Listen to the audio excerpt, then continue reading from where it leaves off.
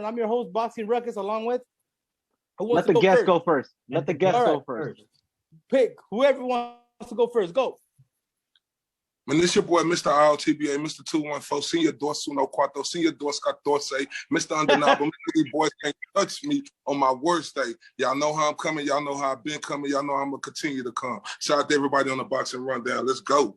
There you go. There we go. And it's your boy, Lukey, man. ITR Boxing in the building. Pretty cool videos. You heard they're in HD. You know what time it is. And shout out to everybody on here, especially my man Stacks, Rokas, Fern, and Mr. I'm going to mess up the syllables, but I like all your stuff. I always say things all dyslexic and stuff.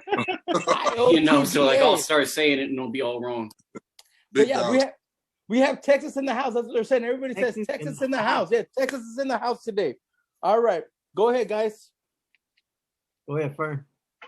This is Fernando Pimentel from BehindTheGloves.com. As you already know, always on here on Mondays, here to talk that good stuff. And let's see what we get to tonight. Stacks.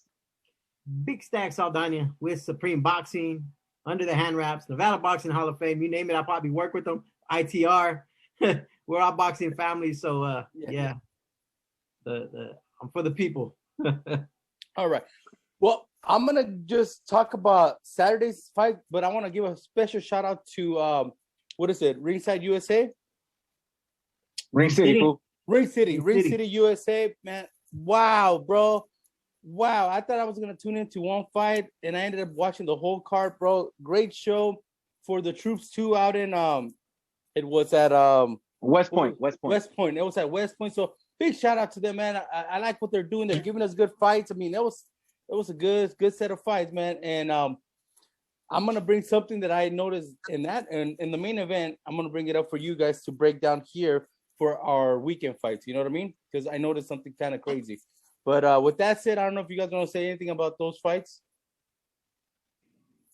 No. The ladies' fight was entertaining. I loved it. Right woman won. And again, it goes to what we were talking about since last month.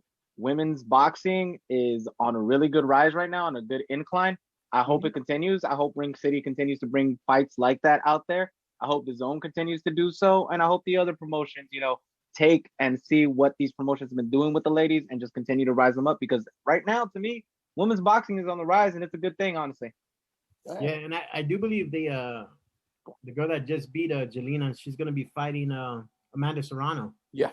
Next, so it was a step up fight for her and a setup fight to be fighting Serrano. So it was a good win. We got a little exposure, got a little TV time. So the Boxing Rundown beat Nick, right? Nick wanted what was it? Did he say it was going to be a split decision?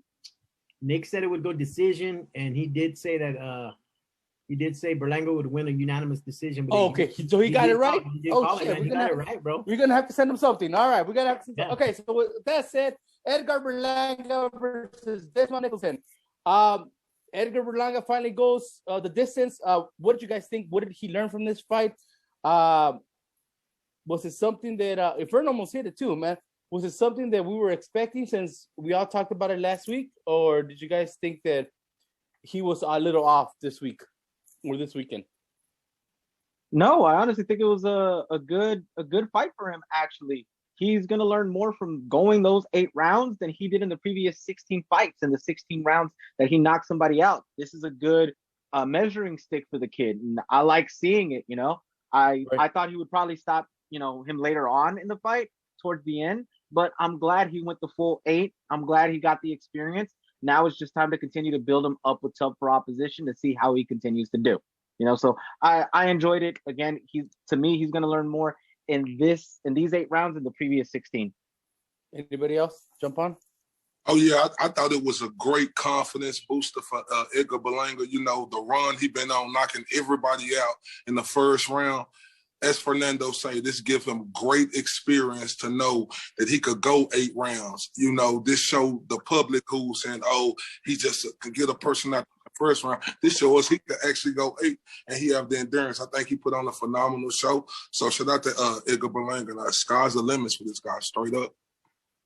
Yeah, I think for Berlanga, man, I think this was the most important fight of his career to date. And I think it was the most important for his team as well. because he actually went the distance. Mm-hmm. They're going to actually learn from it. They can see what his weaknesses were in that fight, what he needs to improve on, because of the fact that, say he were to knock this cat out in one round, right? And we don't know much about Berlanga as a pro, and then they put him in with somebody like a Rosado or somebody that can box, and then just schools his ass.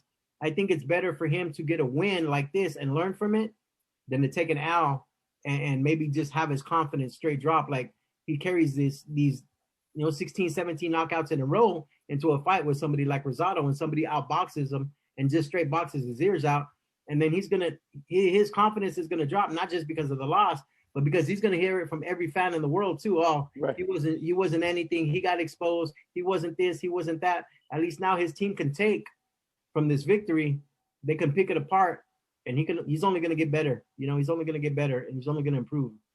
And I think that's kind of with Berlanga, and kind of see with Ryan Garcia, people are waiting on their downfall. They're not looking at the achievement. They're waiting on Edgar.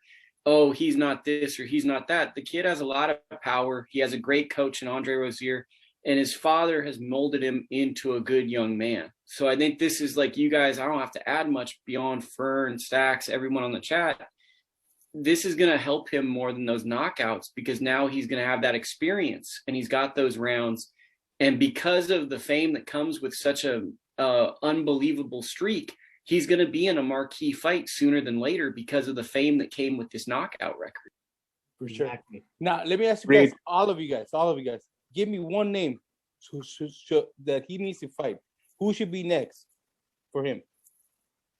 Next or very near future? I would say very near future. The name that Stacks brought up, Gabriel Rosado, in the very near future. Go ahead, Craig. I would agree with that and say Gabriel Rosado. But let me add to Igor Balanga. One thing we already knew about him, that he was a stud. And shout out to my guy Joseph Herring on FightSaga.com. One thing he always tell me about a prospect like Berlanga, you never know how good a prospect is until you see how they could take a punch. And he showed us going through them 8 rounds that he could take a punch. So I really, really like this kid. So, but I agree. I say Rosario next in the near future. I know you said it already, Stack. So, Yuki, give me your name, man. I'm going to go different. I'm going to say Alantes Fox. Oh. He's a guy who is known for being a spoiler, known for giving guys tough fights. It's an awkward style. That's the guy I'd like to see him in at some point. Okay. Nice. All right. Well, like I said, we all want to see him again, man. That's one thing about the kid. The kid has a magnet. He pulls a lot of people. So we want to all see Edgar Berlanga. Big shout out to Edgar Berlanga. Now he goes, well, he's supposed to be the chosen one, but he also says he's the monster. So he's got like 2 nicknames, man. So big shout outs to him, man. Big shout outs to Edgar Berlanga. All right, let me go to the main event, man. Emmanuel Navarrete versus Christopher Diaz, El Pidufo. Man, what a fight. What a grind. You know what I mean? Did you guys like it or not? I enjoyed it, man. I enjoyed the fight. I think it was an entertaining fight. He gave Vaquero some good rounds. It was a tough fight, and Pidufo was a bigger featherweight than Vaquero was used to seeing. Vaquero just moved up to featherweight. Pidufo came down, so it was a good challenge, But Vaquero is what he is, He's a very awkward puncher. His style is completely different than anybody else's, and it's hard to adjust to a fighter like that. You could be the best technical fighter in the world. You take somebody like Ruben Villa, who had such a big amateur career and so technical, but when you just don't see those punches coming, those are the ones that hurt the most, man. Yep.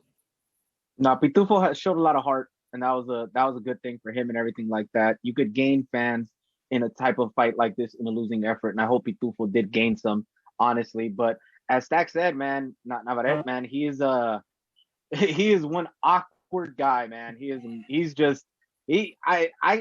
a weird style. He kind of reminds me of excuse me for saying it, a much more exciting Mexican version of Demetrius Andrade. Like Andrade style, that's what it should be. That's what it should look like. That's how he should be fighting and everything like that, But Navarrete, shout out to him and everything like that. But again, huge heart from Pidufo. I love seeing it. And at the end of the day, man, we kind of saw this coming the way it was gonna go. We kind of knew it was going to go like this. We all picked the same way and everything. But, hey, you know what? At the end of the day, it was a very entertaining night of fights. Anything else you guys got to add? Or I'm going to throw you guys a question that Xavier threw at me. So okay, well, I was just going to say, Navarrete kind of reminds me of a mixture in Margarito with Rafael Ruelas. He's like the remix of those two guys. And it's like, for some reason, up until this fight, I'd always pick against him because I didn't see it. But he's kind of feeling like he might be the next Mexican legend because he started so low. Realistically, he could get 4, 5, 6 world titles in different divisions because he started so low. Definitely. I like that. Definitely. I think it was very entertaining for the fans, but the cool point about it for me, seeing the video of them guys having a burr, after the fight, I thought that was very cool. Sportsmanship. You gotta love it. All right, here we go. This is the Xavier question. He threw it at me yesterday, and I'm gonna tell it to you guys. He says now that he appreciates Ruben Villa more because he feels that if Ruben Villa was to see Navarrete again, Ruben Villa will beat Navarrete. Do you guys agree or disagree? I disagree, but I mean, I want to hear from you guys. Go ahead, Lukey. You know Ruben, man. I mean, I'm biased. I think Ruben was basically a 12th round away from beating Navarrete. Ruben's a talented fighter. He's a good young man. It's just he came up a little short to a great fighter. And I don't ever like doing this because it's going to be my heart picking. It's not about the competition. Hey, bro, that's what I want. This is what the show's made for. And it's like I like to be honest with the people. I don't want to lie to people because Navarrete is a heck of a fighter. But Ruben is someone that I've known since he was a young man in the amateurs. So it's hard for me to separate that. I just know if Ruben were to get a rematch, that's two formidable opponents facing each other that the fans should respect because those are two very good fighters. And that's the only way I can access it or speak on it because you don't know what can happen because Ruben has all the talent in the world. Navarrete brings craziness that can maybe make talent go out the window at times with that left uppercut he throws that seemingly comes from nowhere. Yeah, exactly. Like you said, man, Ruben is he's a friend of mine as well. Lukey told me about Ruben back in the amateur days, and I was there when he actually had signed with Thompson Boxing. I believe it was him and Torres and Dutch over that all signed right around the same time with Thompson. So we covered Ruben, from day one. Traveled up to Salinas, watch him fight at the field house in Salinas, watch him fight in Sacramento. So him taking that out, it was tough to watch. It was a very close fight, and like he said, he was 1 round away from pulling that victory off. And I see Ruben coming back. I don't see him fighting, anytime real soon against Navarrete. The fight I think may happen sooner than later is going to end up being Leo Santa Cruz and Ruben Villa at 26 for a vacant title. I know Leo's going to be moving back down to 126, and I think Ruben will beat Leo, man, and then I think he'll be ready for a rematch with Navarrete. We have Xavier here says Villa did better than Pidufo. You guys agree or disagree? Let me get that one at least. Different style, different matchup. Style makes fights, So I can't really judge it off that. There you go, guys. I think Michael Rio says Joel wants him next too. Man, everybody wants to get Navarrete, dude. Joel wants who next? Navarrete. But see, that's what I don't like about boxing, right? Because I want to see that Ruben versus Navarrete fight. Like, that fight was so close. Like you say, 1 round away. Why do we disregard Ruben because he lost that fight? He was 1 round away from losing it when it was such close. We got to get back to the essence of boxing. When a fighter put on a great fight like that, he deserves a fight. You don't know if Navarrete going to beat him again. Did Navarrete come out to be the better man? Absolutely. But Ruben put on such a great performance. Absolutely 100%. That fight should be next. In my opinion, I'll take it. And we could probably get a trilogy. Right. Let's say Villa wins, we get a trilogy, guys. Yeah, exactly. Villa's beat big names. In the amateurs, he beat Shakur Stevenson in the amateurs. So he has that pedigree, he has that background, and he's only going to get better. Yeah, twice. He's only going to get better. He's only on his way up. And I just think going into that fight, Navarrete, I think he had something like 7 fights in like 12 months in a year. Like, I mean, it was just back to back. Like every other month he was fighting. And I think it was just a little bit too much experience, ring experience, too much championship experience for Ruben. But Ruben's, there's no counting Ruben out. He's a professional, man, and he's gonna get up there and do something. I think Ruben put a lot of pressure on himself for that fight. Like he was doing a lot of, I'm not looking at my phone. I'm kind of channeling my inner Kobe Bryant. And I think that he tried to go into this mindset of like, I'm going to grind. And I think he put a little bit of pressure that made the fight a little harder. Whereas if he approached it like a regular fight with maybe more of a training camp mindset, maybe he guts it out. So that's part of that learning experience. We talk about learning from a loss. Yeah. How would he change that camp for Navarrete? Because it really came down to the fine details for the result of that fight. All right. Anything else that I forgot about the weekend, guys, before I hit the news? No, not really. Joseph Adorno, Jermaine Ortiz. Oh, fight of the century. You called that, man. That's a hell of a fight right there, man. I'd like to see those two guys run it back. You sure? Yeah. Oh, yeah. Adorno and Ortiz? Oh, yeah. Yeah, I talked to Lukey about, I don't know, an hour, 2 hours before the card started. And he's all, watch that fight, man. Jermaine Ortiz and Adorno, that's going to be the fight of the night. It was. I also told you Pidufo was going to beat Navarrete, so let's just leave that part out. There you go. Somebody threw Chris Valle said Navarrete versus Oscar Valdez. No, bro, I think Navarrete still has second fight at 26, man. Yeah, man, he still has a lot of time at 126, man. He's not gonna be moving up real quick. All right, guys. With that said, I know Fern has something that we're gonna bring. We're just waiting for somebody to jump on there. But I'm gonna give you guys the first one. What's hot in boxing? Terence Crawford, no luck with Manny Pacquiao, man. Possible fight is gonna end up being Josecito Lopez. You guys like that fight for Terence Crawford? Now he's the man outside. You know what I mean? Now he gets Josecito Lopez. Is it good or no? No bueno. It's a fight. It's a stay busy fight. I don't think it's going to be a close fight. Yeah, Josecito's tough. He's a warrior, but he's a high end gatekeeper, man. And I just that fight shouldn't be made. You know, I don't like it. I said it. The last time we talked about this, when the whole Terence Crawford-Pacquiao conversation was being discussed, I said, if he doesn't get the Pacquiao, he better get a Porter, a Thurman, somebody in the upper echelons at 147 at the PBC side, and he's getting Josecito. No disrespect to Josecito. We've seen what he did to the last two fighters, John Molina and Chia Santana. Retired both of them, but he is not at that level to fight a Terence Crawford. Terence Crawford is just continuously just going through the middle of the 147 and creating a legacy doing that right now. And it's it just doesn't shine bright on Terence Crawford, who is a freaking massive talent and should be fighting better names, to be honest. Hey, but Fernando, what can Terence Crawford do? You know, he got to take what's given to him. He can't make them PBC guys fight him. At the end of the day, and you just said it right there. He can't make PBC guys fight him, yet he's fighting a PBC guy, reportedly. He can't make the top echelon guys fight him. He got to take what he could take. We see. And Sean Porter's been calling him out for how long now? I mean, but look, Sean Porter calling him out now when? Sean Porter calling him out now when he ain't had no belt.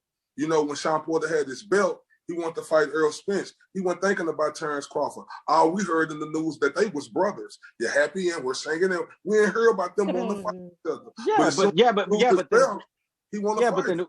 But then who's Sean Porter fought in the meantime, and who is Terence Crawford fought at the meantime? Resume. I don't care if Sean Porter took a loss. His losses are better than Terence Crawford's best win. That's reality. Keith Thurman, Earl Spence, those losses are better than the best win that freaking Terence Crawford's had at 147, which I think is Jeff Horn. All right. So in the meantime, Sean Porter is still calling out Terence Crawford. Terence Crawford should take that fight, but he's going to take on Josecito Lopez. It doesn't sit right with me. Let me ask you this, Fern. Do you think that that Thurman beats Terence Crawford? I think it's a good matchup. I'm not going to say who wins that fight, but I think Terence Crawford has more ability and skill than Thurman. But I still think it's a better fight than the Josecito fight. No. Yeah. I get you. I'm just saying that. And then the whole thing of when they had a belt and he didn't, what were they doing, and this, that, and the third. That's petty stuff right there, man. At the end of the day, that's pettiness. If Terence Crawford wants to be petty, like I heard a report where he said that he doesn't need the PBC guys and the PBC guys need him.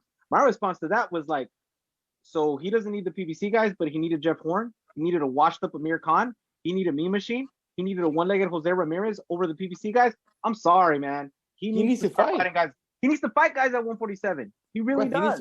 He needs to fight. Fernando, Terence Crawford has been a champion at 147 since June 2018. It's going on 3 years now. He's been in that division. When he came in that division, before he got that belt against Jeff Horn, Earl Spence told him, go get a belt. He went and got that belt. Then what Earl Spence tell him? Why would I fight you when I can take the easy route? Once again, Sean Porter, he wasn't thinking about Terence Crawford. Him and Terence Crawford was brothers. What did Keith Thurman say when Terence Crawford came to the division? Oh, I'm not thinking about Terence Crawford. He's not on my radar. But he's been here since June 2018. And for some strange reason, none of them guys want to fight him. But now you want him to take. I'm not saying you keep saying none of these guys want to fight him, but yet these guys are actually calling him out. Keith Thurman may not have a belt right now, but Keith Thurman said he wants to fight him. Really? I have the interview with Keith Thurman when he said it. I've talked to Sean Porter. Sean Porter's brought it out on his podcast every single week. He wants to fight Terry. He wants to fight Terence Crawford. Earl Spence is probably the only one who isn't saying that. Sean Porter is outpricing himself, and you know that. Look, all the PBC guys outprice themselves. Why do you think Fox? Really? Let me ask you this. What do you think Sean Porter's worth right now versus Terence Crawford? And mind you, I'm gonna drop every single purse that Terence Crawford's opponents had. Look, so you watch the numbers. What do you think? What do you think? As a fan, what do you think Sean Porter? You're saying you're the one who said you're the one that said he's pricing him out. All right, so let me hear. All I need is a number. I don't need is a top echelon. Can I answer your question? He's a top echelon fighter. I would never take that away from Sean Porter. So I don't want nobody on the boxing rundown to not think that I don't think Sean Porter deserves his just due. He's $1 million fighter, so he deserves a million just to start talking to him. But he's $1 million fighter. He's a top echelon welterweight. But my thing is, when he had his opportunity, Fernando, you don't talk about that. You want to talk about it now. He had his choice to whether he could fight Earl Spence and he could fight Terence Crawford. They were both champions. He chose Earl Spence. Oh, since he lost to Earl Spence, now me and Terence Crawford, we're not brothers no more. Now I want to fight you. Come on, it don't make sense. Why didn't you come fight me when you had the building? You know, we could have been brothers. Ain't brothers supposed to help each other make money? He didn't want to help Terence Crawford then. He chose Earl Spence. Yeah, because Earl Spence was, at the time, making more money and actually gave him a unification bout and, at the same time, gave Sean Porter a better chance to make more money, which he did. And that's the best route to take because boxing is not only a sport, it is a business as well. If you take one side and take the other, you take Terence Crawford, who's not going to give you as much, yet you can unify, and yet you can unify with Earl Spence and you can make more money with Earl Spence. What are you going to do? You're obviously going to take the more money and at the same time get the unification bout that you could have gotten on this end either way. You just want more money. This is where Crawford needs to just let that bout go. And I'll tell you why. If he lets that bout go, then he can petition to be ranked by the different sanctioning bodies. And I'm sure the WBC, the WBO, and the WBA will rank him very fucking high. And he will have that obligation to be a mandatory to these guys. Then there's no more running or ducking. Thank you. If he drops his title right now, he lets his bout go, and he petitions these sanctioning bodies to get ranked, and he'll get ranked, and he'll have a chance to fight these guys being their mandatory. Right now, that's the only way because PBC guys are going to stay away from him. All right, go ahead, Corey. Go. Why should he, as the champion who earned that belt, have to drop his belt just because these guys don't want to get in the ring? Politics, bro. No, I think what I'm hearing is, they're saying that the politics are the ones that are hurting him, and which sucks because somebody, I guess one of the fans said, unless Crawford drops his unless Crawford loses his contract to Top Rank, then he's not going to see any of the good fights. You know what I mean? Yeah. Do you guys agree with that? Because somebody to me, it's about the inequities that when we look at fighters, right? So, like when it comes to a Terence Crawford or Demetrius Andrade or Gary Russell Jr., it's always going to be like, why aren't the fights being made? You know, like we're always going to wonder that because we know they're great. right? And Terence Crawford's, it's crazy because he's a lightweight champion, a unified 140 champion, welterweight champion. And I think that I'm not in boxing to be a manager. I find the business very boring. I don't really like people in general. I like you guys, but I don't go out of my way to have a ton of friends. Like I'm not a social guy. I like having a small group of people. So this just comes down to whoever's making the deal, what can be reached. And if Team Crawford feels that that's a good enough deal, well, how we feel about these situations really doesn't matter. It's about them getting mandatory minimums and fighting opponents that they deem fit. That's where he's earned the right. I thought in the business of boxing, fighters fight each other. If y'all don't know that Bob Arum, if he don't deliver on that Errol Spence fight each year, I think Terence Crawford get like an extra $1 million. I'm not sure on the number of that. And then when we talk about purses, yeah, Terence Crawford, y'all talk about like he ain't making just as much money as Errol Spence or Sean Porter or Danny Garcia or Keith Thurman. He is. But it's not his fault that the politics of boxing is playing against him, because these guys over on the PBC side don't want to fight him. It's no way we should hold Terence Crawford accountable for that. And we talk about biggest win. Okay, Manny Pacquiao is a big-time fighter, legendary, right? Whether y'all agree if he lost to Jeff Horn or not, the judges gave that fight to Jeff Horn. Terence Crawford beat Jeff Horn. Jeff Horn dogged him out. Jeff Horn beat Manny Pacquiao. Manny Pacquiao beat Keith Thurman. So this is my thing right here. When we say about biggest wins at welterweight, y'all telling me that Terence Crawford beating Jeff Horn, who beat Manny Pacquiao, then Manny Pacquiao a couple of years later beat the former unified champion and Keith Thurman. You telling me that win means nothing? I just need to know. No. I agree. Never said nothing. Never said nothing. I just said that at the time, Jeff Horn, everyone knew was going to get dogged out by Terence Crawford because of the style. Everyone knew it. No one other than people in Australia had Jeff Horn winning that bout versus Terence Crawford. Nobody. Everyone knew Terence Crawford was going to demolish him and destroy him. I'm just saying that victory, good victory for Terence Crawford, got him his belt. I still think the fights versus Keith Thurman versus Errol Spence and everything still hold more weight than victories over Jeff Horn. Sorry. That's how I got it.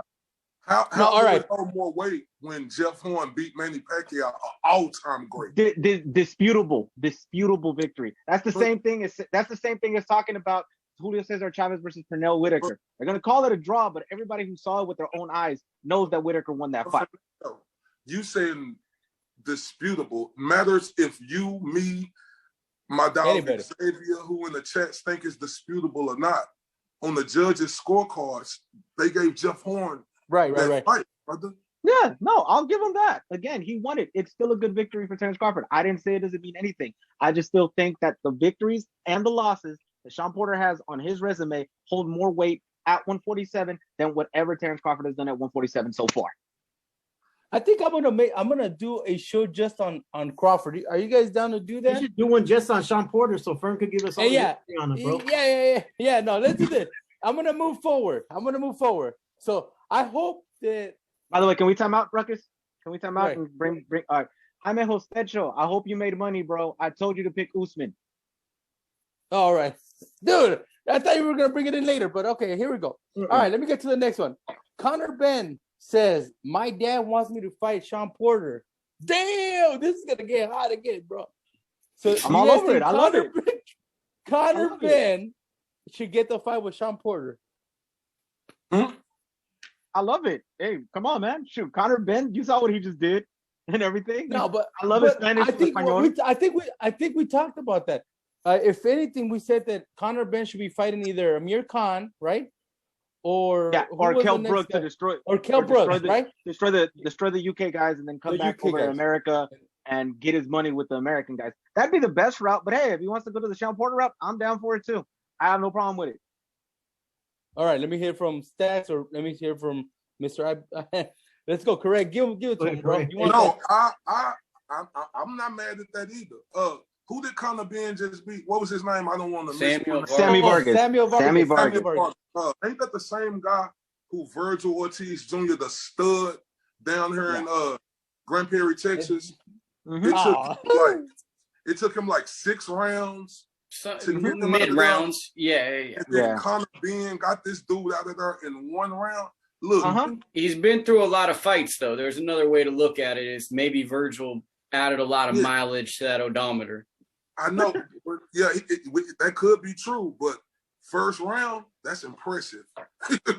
Like we can't take the impressiveness away from him getting Samuel Vargas, a wildly veteran, out of there in 1 round. I wouldn't pick him. Like, I think Sean Porter definitely be favored, but I'm not mad at that matchup. One thing we need to get in boxing, we need to get these matchups made. That's why UFC catching up with boxing, because UFC making the matchups that we need to happen. Like, throw these young studs in the fights with these guys. I want to see Conor Ben against Sean Porter. I want to see Virgil Ortiz against Terence Crawford. I want to see them fights now. I really do. Oh, shit, dude. I do too. I'm sick of seeing people marinate the fights. Like, oh, let's do it like the way we've always done it. No, let's change it up every now and then. Let's throw a prospect in there and just have a great fight. Okay. Let me ask you guys this. Okay, so and I think Fern even agreed with you guys on this one. Yeah, so you guys are saying Virgil Ortiz versus Crawford, you guys are okay with. Conor Ben versus Sean Porter, you guys are okay. You guys are okay with these young guys fighting this seasoned fighters. Can we throw my guy Boots Ennis too in this conversation? Because people love to leave out Boots. That's Boots the Boogeyman. That's Boots the Boogeyman. They love to not say his name. Who do you pair Boots with? Let's say, all right, where we have Let's put EJ, Errol Spence Jr. Let's throw him in with Errol Spence. Well, no, but Errol's getting Ugas, right? I would throw in with Keith Thurman. Yeah. Oh, there we go. Keith Thurman. I would throw Boots in with Keith. Okay, so let me see. Is everybody in agreement here? So if you guys are all good with Virgil going against Crawford, Conor Ben versus Thurman, right? No, Sean Porter. And Thurman versus Boots.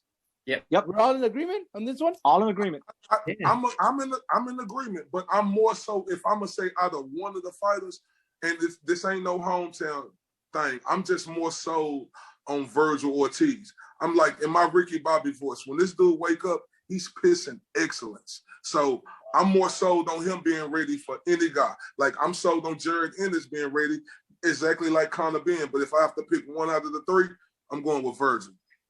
And then the WBO actually just mandated it. Virgil, the number 1 contender for Crawford's belt. Fuck. All right. Stats. Anything you got to say on that? Out of those matchups, man, I mean, instead of seeing Boots against Earl Spence, I'd rather see Boots against Danny Garcia, Battle of Philly. Oh, that's a good one too. That's a good one too. I like to see him and Danny Garcia go at it. Fuck it, open up the Blue Horizon again, and let's do it. All right, I'm gonna give you guys one more right now. All right, here we go, guys. This is the last. What's hot in boxing? Shakur Stevenson wants to go back to the 126 and fight Navarrete. Guys, did you guys hear that or not? I did not hear that, but I'd be down with it. You're down with that? I mean, wouldn't that be a step down? Would it be a step down? Because at the end of the day, he's having troubles with his 130 belt thing because they're more than likely going to do Jamel versus Oscar next for the unification, leaving him in the cold. So might as well go back down to 126 if he can make it and get a belt there, just to prove his point. And I'm down with it, so I'm good with it. I agree with Fernando on that 100%. Yeah. He's the boogeyman. Like, no one wants to fight Shakur, so he has to go wherever people will say yes to his fights. So I heard that Navarrete is the new boogeyman for the 126. Nah, Shakur's the boogeyman. Shakur's the boogeyman. Shakur's ooh. That's Shakur. Shakur could be what Paul Williams was back in the days at the 130 where he's at right now. You know how Paul Williams used to go 147, 154, 160? Shakur could do 126, 130, 135 and disrupt everything in that entire area. And because Shakur's got that skill. He's one of those dudes. So basically do the same shit Tank's doing, 30, 35, 40. But what I'm going to do, I'm going to without getting the bootleg belts, he'd actually get the real ones. he wouldn't get the secondary belts. You know, Tank's trying to do the secondary deal. He's doing it against big names. Doing it against big names. He's getting paid, man. He's fighting good fighters, man. And he's getting in there with Mario Barrios. I got Mario Barrios winning that fight. I'm sorry. I got him winning that fight. All right. Mario Barrios is taller than me. Yeah. Okay. Mario Barrios is taller than me, and he's 140, and he's gonna fight a dude that's 5'5". I got the height, I got the reach, I got the dude with the power at that weight class. Yeah, I'm going with Mario Barrios when it comes to Tank. I'm sorry. You don't think Tank's gonna have power at 140? I think he will. Obviously, the weight cut is not going to be much for him and everything like that. I just think the height advantage, I just think the reach advantage, I just think all the advantages that Mario Barrios has are going to be too much for the little guy. And yes, I called him a little guy. I like Barrios, Fernando. I'll put a steak dinner on that. Yeah, I'm down. Go. I'll take Tank. All right, cool. Correct. Go ahead. I like Barrios, but I just don't think he got enough for Tank. If you look at his past couple of fights, but look, he's a contender, like you say. I can't knock you for saying that he gonna win this fight. I just think Tank gonna be a little bit too much for Barrios, even moving up. I think Tank's gonna have issues with the weight because when guys move up in weight, it's never really the weight class that's the issue, it's the mindset. So if you have trouble making weight, oftentimes that issue making weight is going to be the issue. I see this as an even fight, but Mario's my man. So I'm going to give the slight edge to Mario, but I see this as a dead even fight, and it comes down to conditioning. Chris said things that Tank will get the WBA regular belt at 140, and then he'll have the big belt at 130. But what else is he saying? I think he wants he'll get the winner of Taylor Ramirez. Come on, man. By the way, was that the last one? Is that the last? Yeah, that's the last. That's the last one, bro.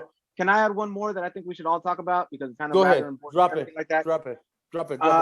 Can I get all of your thoughts? And I'm gonna start with Correa first, and then we'll go round table and everything. Your thoughts on the whole Ryan Garcia situation? Him pulling out of his fight July 9th versus. Bro, you had to hit me there. We had to. No, I'm so happy, Fernando, that you brought that up. First off, I want to. Send my respect to Ryan Garcia and his family, for what they're going through, right?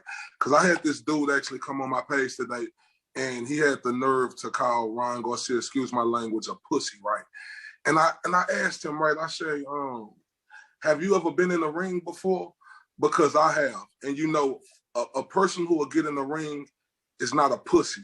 And I apologize to everybody for that language on there. See, what people don't understand about mental health issues, that's something that we take very seriously. Right. If you don't know individuals or people or talk or did your research about this, you don't play with this type of situation. When a guy come out. Ryan Garcia is a fighter, right?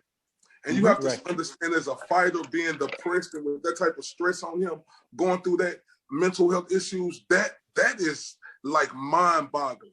And what I'm so happy about is that he had the courage, to come out and stand up and tell everybody about the problems that he had. Because me doing my research on this and talking to a lot of guys, my guy Joseph Aaron from FightSaga.com, he let me understand, once this dude get his proper medication and he's able to take his medication and get fully functioning right, he's going to come back even more of a monster than what he already was, making waves in this sport of boxing. So I just thank Ryan Garcia for his courage coming out. Anybody out here, who had the audacity, to be that insensitive and say any terrible words, that is totally malicious on your part, and y'all should be ashamed of yourself.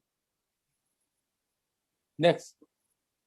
Okay, I'm gonna piggyback a little bit with Correa, because like I said, some of you guys know that I know Ryan from a minute, you know what I mean?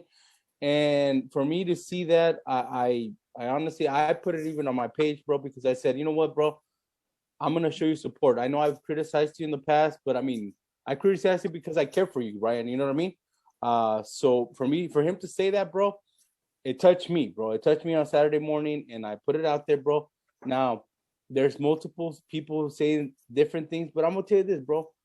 I know the kid, bro, and if it's something like that, I wouldn't want him to step in the ring with any type of mental issue, bro, going on, because he needs to be focused, bro. He needs to be focused, and honestly, bro, I don't want to joke if it is or if it's not, but I'm just gonna say, you know what? I'm gonna show him support.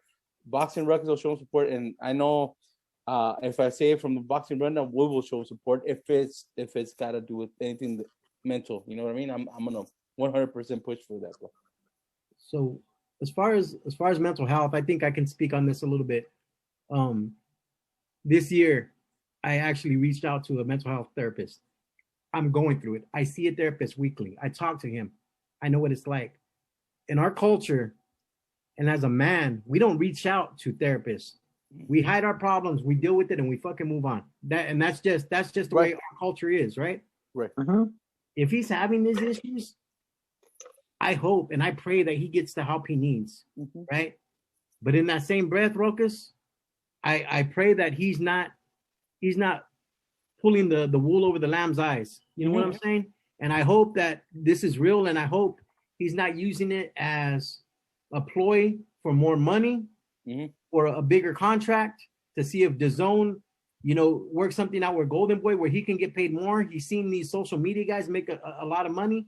And I'm not saying that that's what's happening, but if it is, and he's using mental health as an excuse that's uncalled to get that payday, then you know what? I will never have respect for that guy again.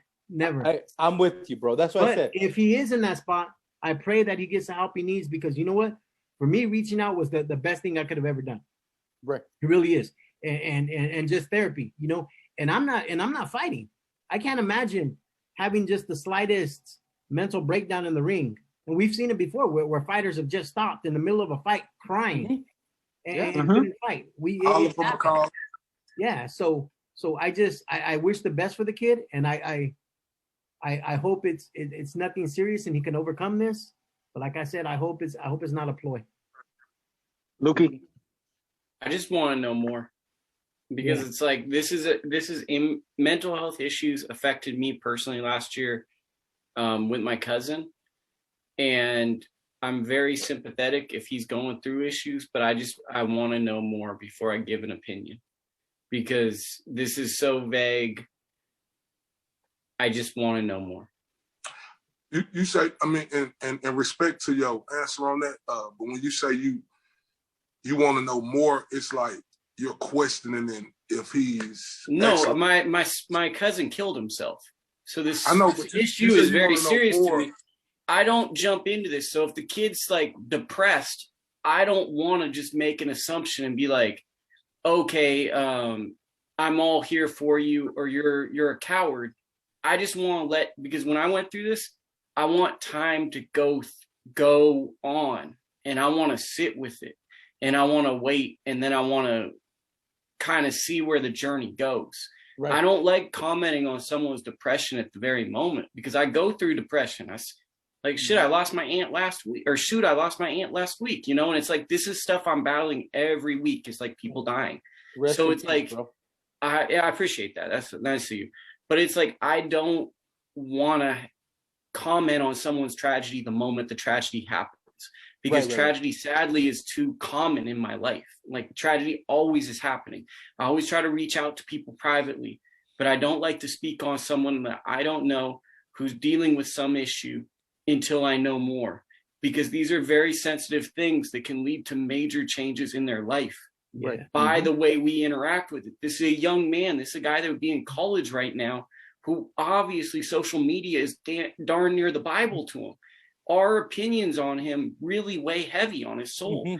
So if he's going through an issue, I want to fall back and see what the issue is before I speak on it, because I feel like all of our opinions weigh heavy on this young man. Exactly. Right. And create a piggyback on that. I mean, I think me, Ruckus, and Fern, and us out here on the West Coast, we're a little bit more close because of certain people that we deal with on a daily basis, right? So we know the ins and out of what's going, not necessarily what's going on right now with Ryan, but we've seen it from the beginning, with his parents, with his lawyers, with his managers, with his team, with different things, with him going to camp in San Diego. So there's some ins and outs that I really don't want to get into that may have had an effect, but I don't like he says, I don't want to assume. But if we know a little bit more, then we can maybe not write about it or put it out there or say, you know, or you know, put something that's going to affect him even worse than what's really going on, you know. So it's a tough situation for Ryan because he is so young, and I don't know if he has the support team behind him. I hope and I pray he does. Mm-hmm. But at the end of the day, sometimes your family causes more stress on you than not, because I know when I went through shit, it was you guys that got me through it. It wasn't my family. Yeah, I have my son and I have my daughter-in-law, my grandson. That's it. My daughter-in-law, Chris, my son, Jacob, and my grandson, Matthew, right? That's all I had as far as family. It was my friends. It was my boxing community that got through me. The calls from you, Lukey, the calls from you, Fern, you know, from everybody that helped me out, because it was the family that put more stress on me during that time when I needed them the most, you know? So I just hope it gets better. For Bobby, man, you too. Bobby Garcia was there. Michael Reda. All you guys know who you were. When I went to Texas, Nancy was there, you know? So it's tough. It's a sad situation, man. To speak on it, like, let's think deeper about who Ryan Garcia is. He's a kid from a small town, right, who invented himself via social media. He's almost like a space alien. It's like he was such an outsider in the world of boxing and in life. He became a social media star because the internet made more sense to him than almost human relationships. Mm-hmm. And it's like, that's what ascended his stardom, was he understood this. And I think that he now has so much power because people want to have these followers and all this. I think it's overwhelming to someone that hasn't been on this planet for this long. Right. I mean, he went from training in the garage across the street from the junior high where my son works at, to having 4 million followers and being a multimillionaire with all these new people around him, all these new friends, all this new fame that he didn't have when I was taking pictures with him, when I was doing a photo shoot and doing an interview with him in his garage, you know. Right. So it's, when you go from one extreme to the next that fast, there's got to be something going on, you know, some type of pressure on you, you know. Well, I'm happy he took the first step. I'm happy that he took the first step. He admitted that he has something going on. He has an issue. He's seeking help. He withdrew from the fight. I think he took the proper step. Whatever is going on with him, obviously we don't know what's going on, but I feel he took the proper step, the proper first step to getting to where he needs to get to back mentally. So, you know, whatever he's going through, and I think we all want to just make sure he gets help, right? Yep. I'll say one more thing. Go ahead. I respect everything y'all saying, and I respect, you know, the public, you know, because he is a public figure, so the public have a right to, you know, give their opinion on him. I just think that he came out and he made a statement, and him as a man, I think we have to believe what he say. I think it's very insensitive, you know, to people who are going through this, to question if he trying to pull off a ploy, if this trying to get away from Oscar De La Hoya and Golden Boy. I think that's very insensitive. And I think if we say stuff like that, I think that can even make it a worse situation in his case, because he's really going through this. So I just think it's very insensitive, and I just think people have to watch how they use their words, you know, especially when you talk about mental health, because it's real. Right. It definitely is real.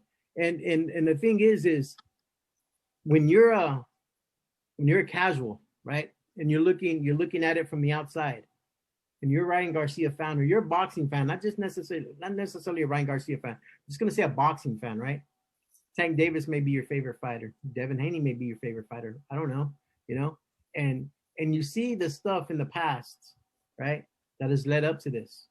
Mm-hmm. The fights that he's pulled out of and whatnot. And I'm not questioning him. I'm just saying, and I'm using this as somebody looking at it from the outside as a casual fan, right?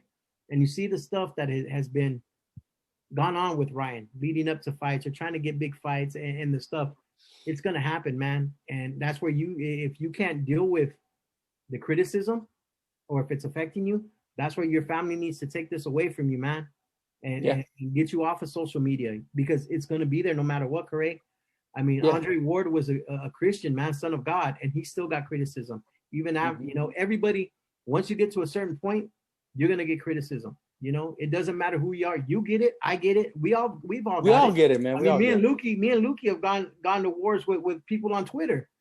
Oh yeah, I Twitter bang. I got yeah, but big stacks. It's, you know, it's not that we're questioning him. It's just everything leading up to it. It's going to happen, and he's going to see it. If he's on social media, and that's affecting him, then maybe he needs to stay off of it for a while. Maybe that needs to be part of the therapy, is just to stay away from what people are going to say, because it's going to be out there, man. That criticism is going to be out there, because there's some. Agree with you 100%. Agree with you 100%.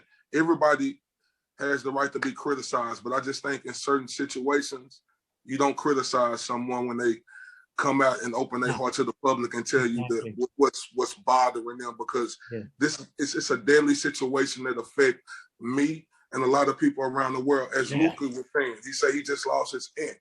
You know, my wife, who I recently married on March 27, she was pregnant 6 months. We had a miscarriage on April the 8th. So I understand. Yeah. So, I just think it's, you got it's very touchy on situations like that. We got to take him for his word. Yeah. Now, it's easy to look at Ryan. We could criticize Ryan Garcia when we see him on social media doing clown stuff and doing that. Like, that's the criticize. But mental health, that's something I joke with. Yeah, no, you can't take that. You can't take that lightly, guys. So I think we all just want to wish him, support, and hopefully he gets through this and he gets the help he needs, and we get to see Ryan again pretty soon. You know what I mean? Hopefully. But big shout out to Ryan Garcia. Hopefully he gets through this, man. All right. With that said, guys, let's get to these guys are hot, man. These guys are hot. They've been keeping it on going. Here we go. So welcome to the Boxing Rundown. I'm gonna do it right now, guys. For the first time, all right. From Texas, Mr. IOTBA, the one and only Corey Bradshaw. From Northern California, we have Lukey right here in the house too. Can tell, look at him, representing right there. So guys, help me out. We have a good fight weekend this weekend, but this is the first question I have for all of you guys. Your thoughts on the May 1st card between Ruiz, I'll just say Ruiz Jr. versus Areola. Let's do that. Andy versus Chris. What do you guys think about that fight? Just overall, your thoughts. The fight or the card? No, the fight. Let's go for the fight, then for the card, because the card's loaded, guys. I think it's a good comeback fight for both guys. It's a fight that's been brewing. Again, we've talked about it since 2019. Ever since Areola beat Augustine at the Spence Jr. card. At the Spence Garcia card and everything. It's been a fight that's brewing. I'm glad it got made. It probably got made a year late, and that's because of the whole COVID situation. It was probably going to happen last year, but it's a good comeback fight for both guys, honestly. Both are in the best shape of their careers, too. If you've actually seen the videos of the guys, they both look amazing. Me and Stack saw Andy in person last Saturday, and he looks phenomenal. Yeah, so they're both in the best condition of their career. They both look good, and it's going to be an exciting fight, however long it lasts.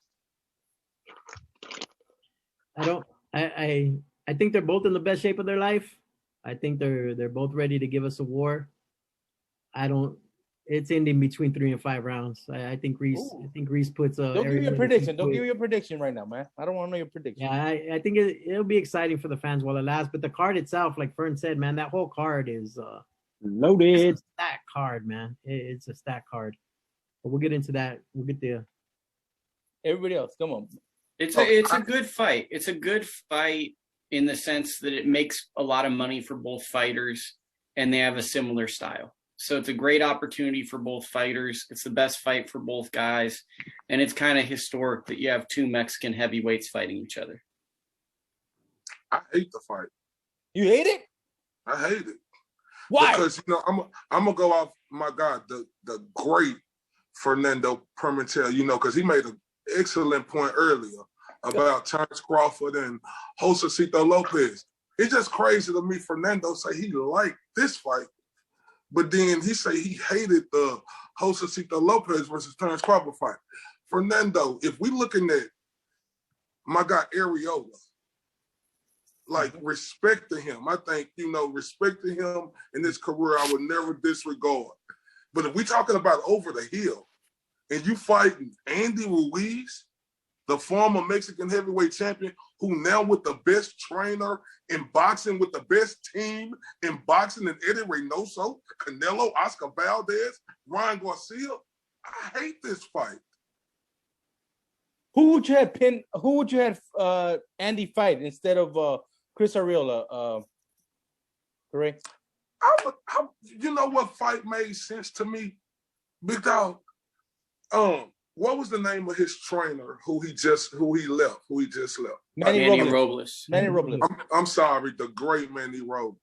I apologize. No.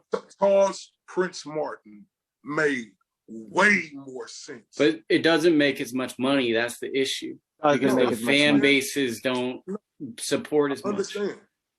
But like Areola, if we don't think Josecito Lopez, and I agree with Fernando when he say Josecito Lopez don't need to be in the ring with Terence Crawford. There's no way in hell that Areola supposed to be in the ring with did y'all seen Andy Ruiz? Yeah. Hold up. Yeah. This guy went from if you're hungry, eat a Snicker. He ain't Mr. Snickers no more. No, this guy is he ain't big, he's stacked. Bro, this is gonna be I just hope the referee ready to this is terrible matchup, man. This is a terrible matchup, man. In my opinion. All right, I like that, correct. Good stuff, man. All right. So both of them haven't fought. They didn't fight in 2020. I think the longest one is Chris Areola. Chris Areola, I think, fought in June, right, of 2019, and Ruiz fought in August. So it's only 2 months difference. You know what I mean? So who will the layoff hurt the most, guys? Let me know. I think the layoff. I think the layoff was good for both of them. Again, they're both in the best shape of their career. If Areola was in here coming looking like he did back in the days, then I would say definitely Areola. But I think both took the proper time off. Both came back better. In better shape than they've ever been before. So I don't think the layoff really hurts either of them. But if you go because of age-wise and everything like that, I agree with Lukey.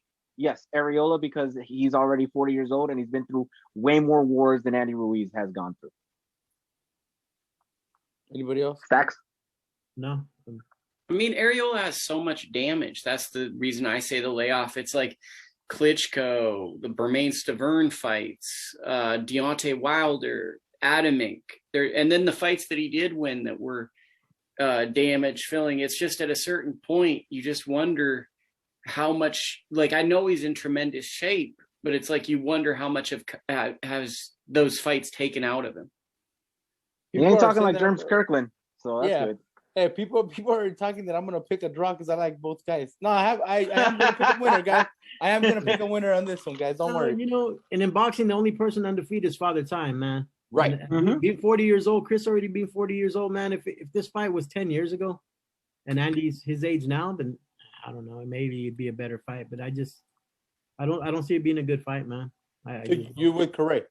Yeah, I'm with correct. No, but it's different. No, I got Andy Ruiz dominating him, but while he dominating him, it's gonna be a very entertaining matchup. So the fans win in this fight because I think it's a very entertaining matchup because of the styles.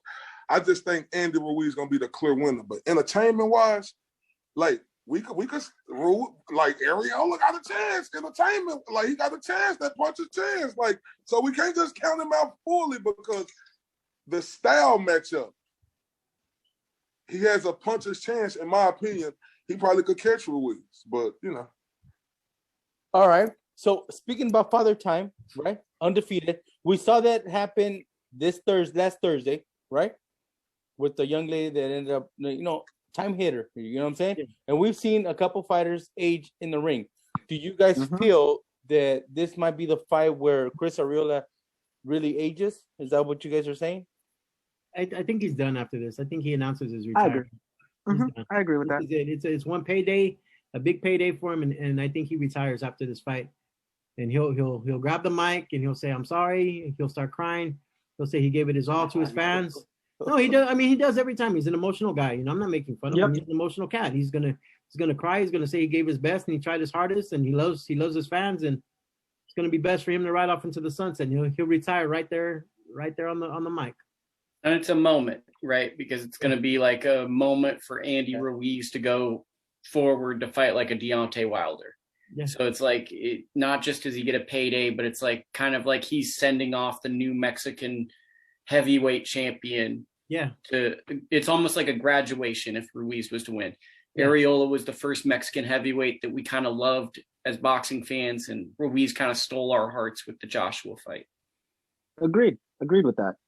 I'm with big stacks on her. I love the emotion part of it, because I favor Ruiz in this. I just ready to hear what Areola gonna have to say at the end, because that's one thing I love about the boxers. They can show their emotions. I don't know if y'all watch UFC or not, but when Thug Rose won her fight, like say, bro, like when they announced and put that belt around her, bro, like say that was emotions right there. Yeah. I love me some Thug Rose. So. All right. Is that like a drink or something, like in a black bottle? No, cut it out, dog. No, that's 4 roses, fool. That's 4 roses. It's a bourbon. Come on, chill. let's chill, dog. Come on, bro. Come on. All right. No, I don't watch that. So, all right. Who else on that card, man? You got No. Wait up. Let me ask you guys this one. All right. So, we all think it's gonna be entertaining, right? Yeah. Now, this is the question that I know a lot of fans are asking. Why is this fight, and you guys are going to sell it right now for them, why is this fight on Fox pay-per-view? You guys just said it's entertaining. For the whatever rounds we're going to have this fight, how good is it going to be for the fans, man? Let them know, guys. $50 is worth your bang. Is a bang for your buck. Yeah. Especially since the cheapest ticket was $75. And yes, at that arena, there is no bad seat. You're going to catch everything there. But at the same time, that's $75 per person. If you could have a fight party with 5-10 people coming in and $50, come on, man. It's an amazing bang for your buck. Not only for the main event, but also for the pay-per-view itself, the 3 undercard bouts. And the free fight that you get leading up to Cornflake. It'll be good. My guy. Cornflake Lamont. Cornflake. That's my boy, bro. He vowed to knock out Lara to me. You went there, bro. That's hashtag dark places. Hey yo, I'll be honest with you. Lara, one of Lara's best and worst performances was at that arena when he fought Alfredo Angulo. He was getting his ass beat up until that. I might be picking my man Cornflake if we do those predictions. I'm not. It's a we're gonna do them. We're gonna do them, bro. Don't worry. Lukey, if you're gonna do that, you better go get the milk right now. Yes. Now that's my boy, man. Cornflake. You don't know about dark places, man. Rising Stars Promotions in the building. There you go. Who else you got on that card? You got Sebastian Figueroa. Can I answer real quick? Go ahead. I definitely 100% disagree with my guy Fernando Pimentel. That's my guy, because we talked about this early in the week. We went back. Oh, you guys already were plotting, huh? No, but that's my guy. Look, I'm not gonna lie, I got so much respect for Fernando and what he do in this boxing game. Like he an OG for real in this boxing game. But I disagree with you 100%. You say it's entertaining. Yeah, it's entertaining. Yeah, we could go to a local fight and be entertained. You telling me Andy Ruiz versus Chris Areola on Fox pay-per-view, that matchup is worth $50 bang for your buck? Are you kidding me? Like a local fight, this is like going to a steakhouse. And they say, hey, and I don't know if my favorite steak is a ribeye.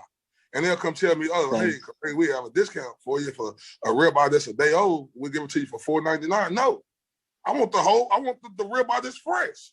Chris Areola versus Andy Ruiz, pay-per-view? Are you kidding me? Like Al Heyman and PBC, they should be ashamed of themselves for putting this on pay-per-view. This is a regular Fox show. Clearly, no debate. Have you seen the regular Fox shows as of late? That is not it, because regular Fox shows are incredibly one-sided with very little entertainment on it. And I'm sorry about that, but I've been watching the Fox shows. Like, were you entertained for the last Caleb Plant fight on Fox? Please tell me you were, because that was actually one of the better. That was one of the better ones. I was thinking Chiron shut it down. Davis versus Anthony Durrell, where I just turned the TV and assumed Durrell won, and then I saw a draw. But you know what? I agree with Corey, man, because I'd rather pay for Jose Ramirez against Josh Taylor than pay for this, and that's free. I agree with you there. Okay. But let me ask you guys this: Did you guys pay for Logan Paul or what was his name? Jake No. Paul, whatever. No. I didn't even stream I it. didn't. We were in Vegas. Yeah, we were in Vegas. Stacks were in Vegas. Okay, We were but watching that's what I'm trying to say. You had how many did they sell for? 1.5 final number. 1.5, bro. Let's just say 1.5 people Million. bought that fight, that circus, whatever it was. Yeah. Right? You're telling me that that's worth more than Chris Areola versus And Ruiz, no, it's not. Ruiz? You Well, tell me. that's the argument, to a certain right? demographic, to a certain demographic, not to us. Yeah, but The why 14 to 20-year-olds.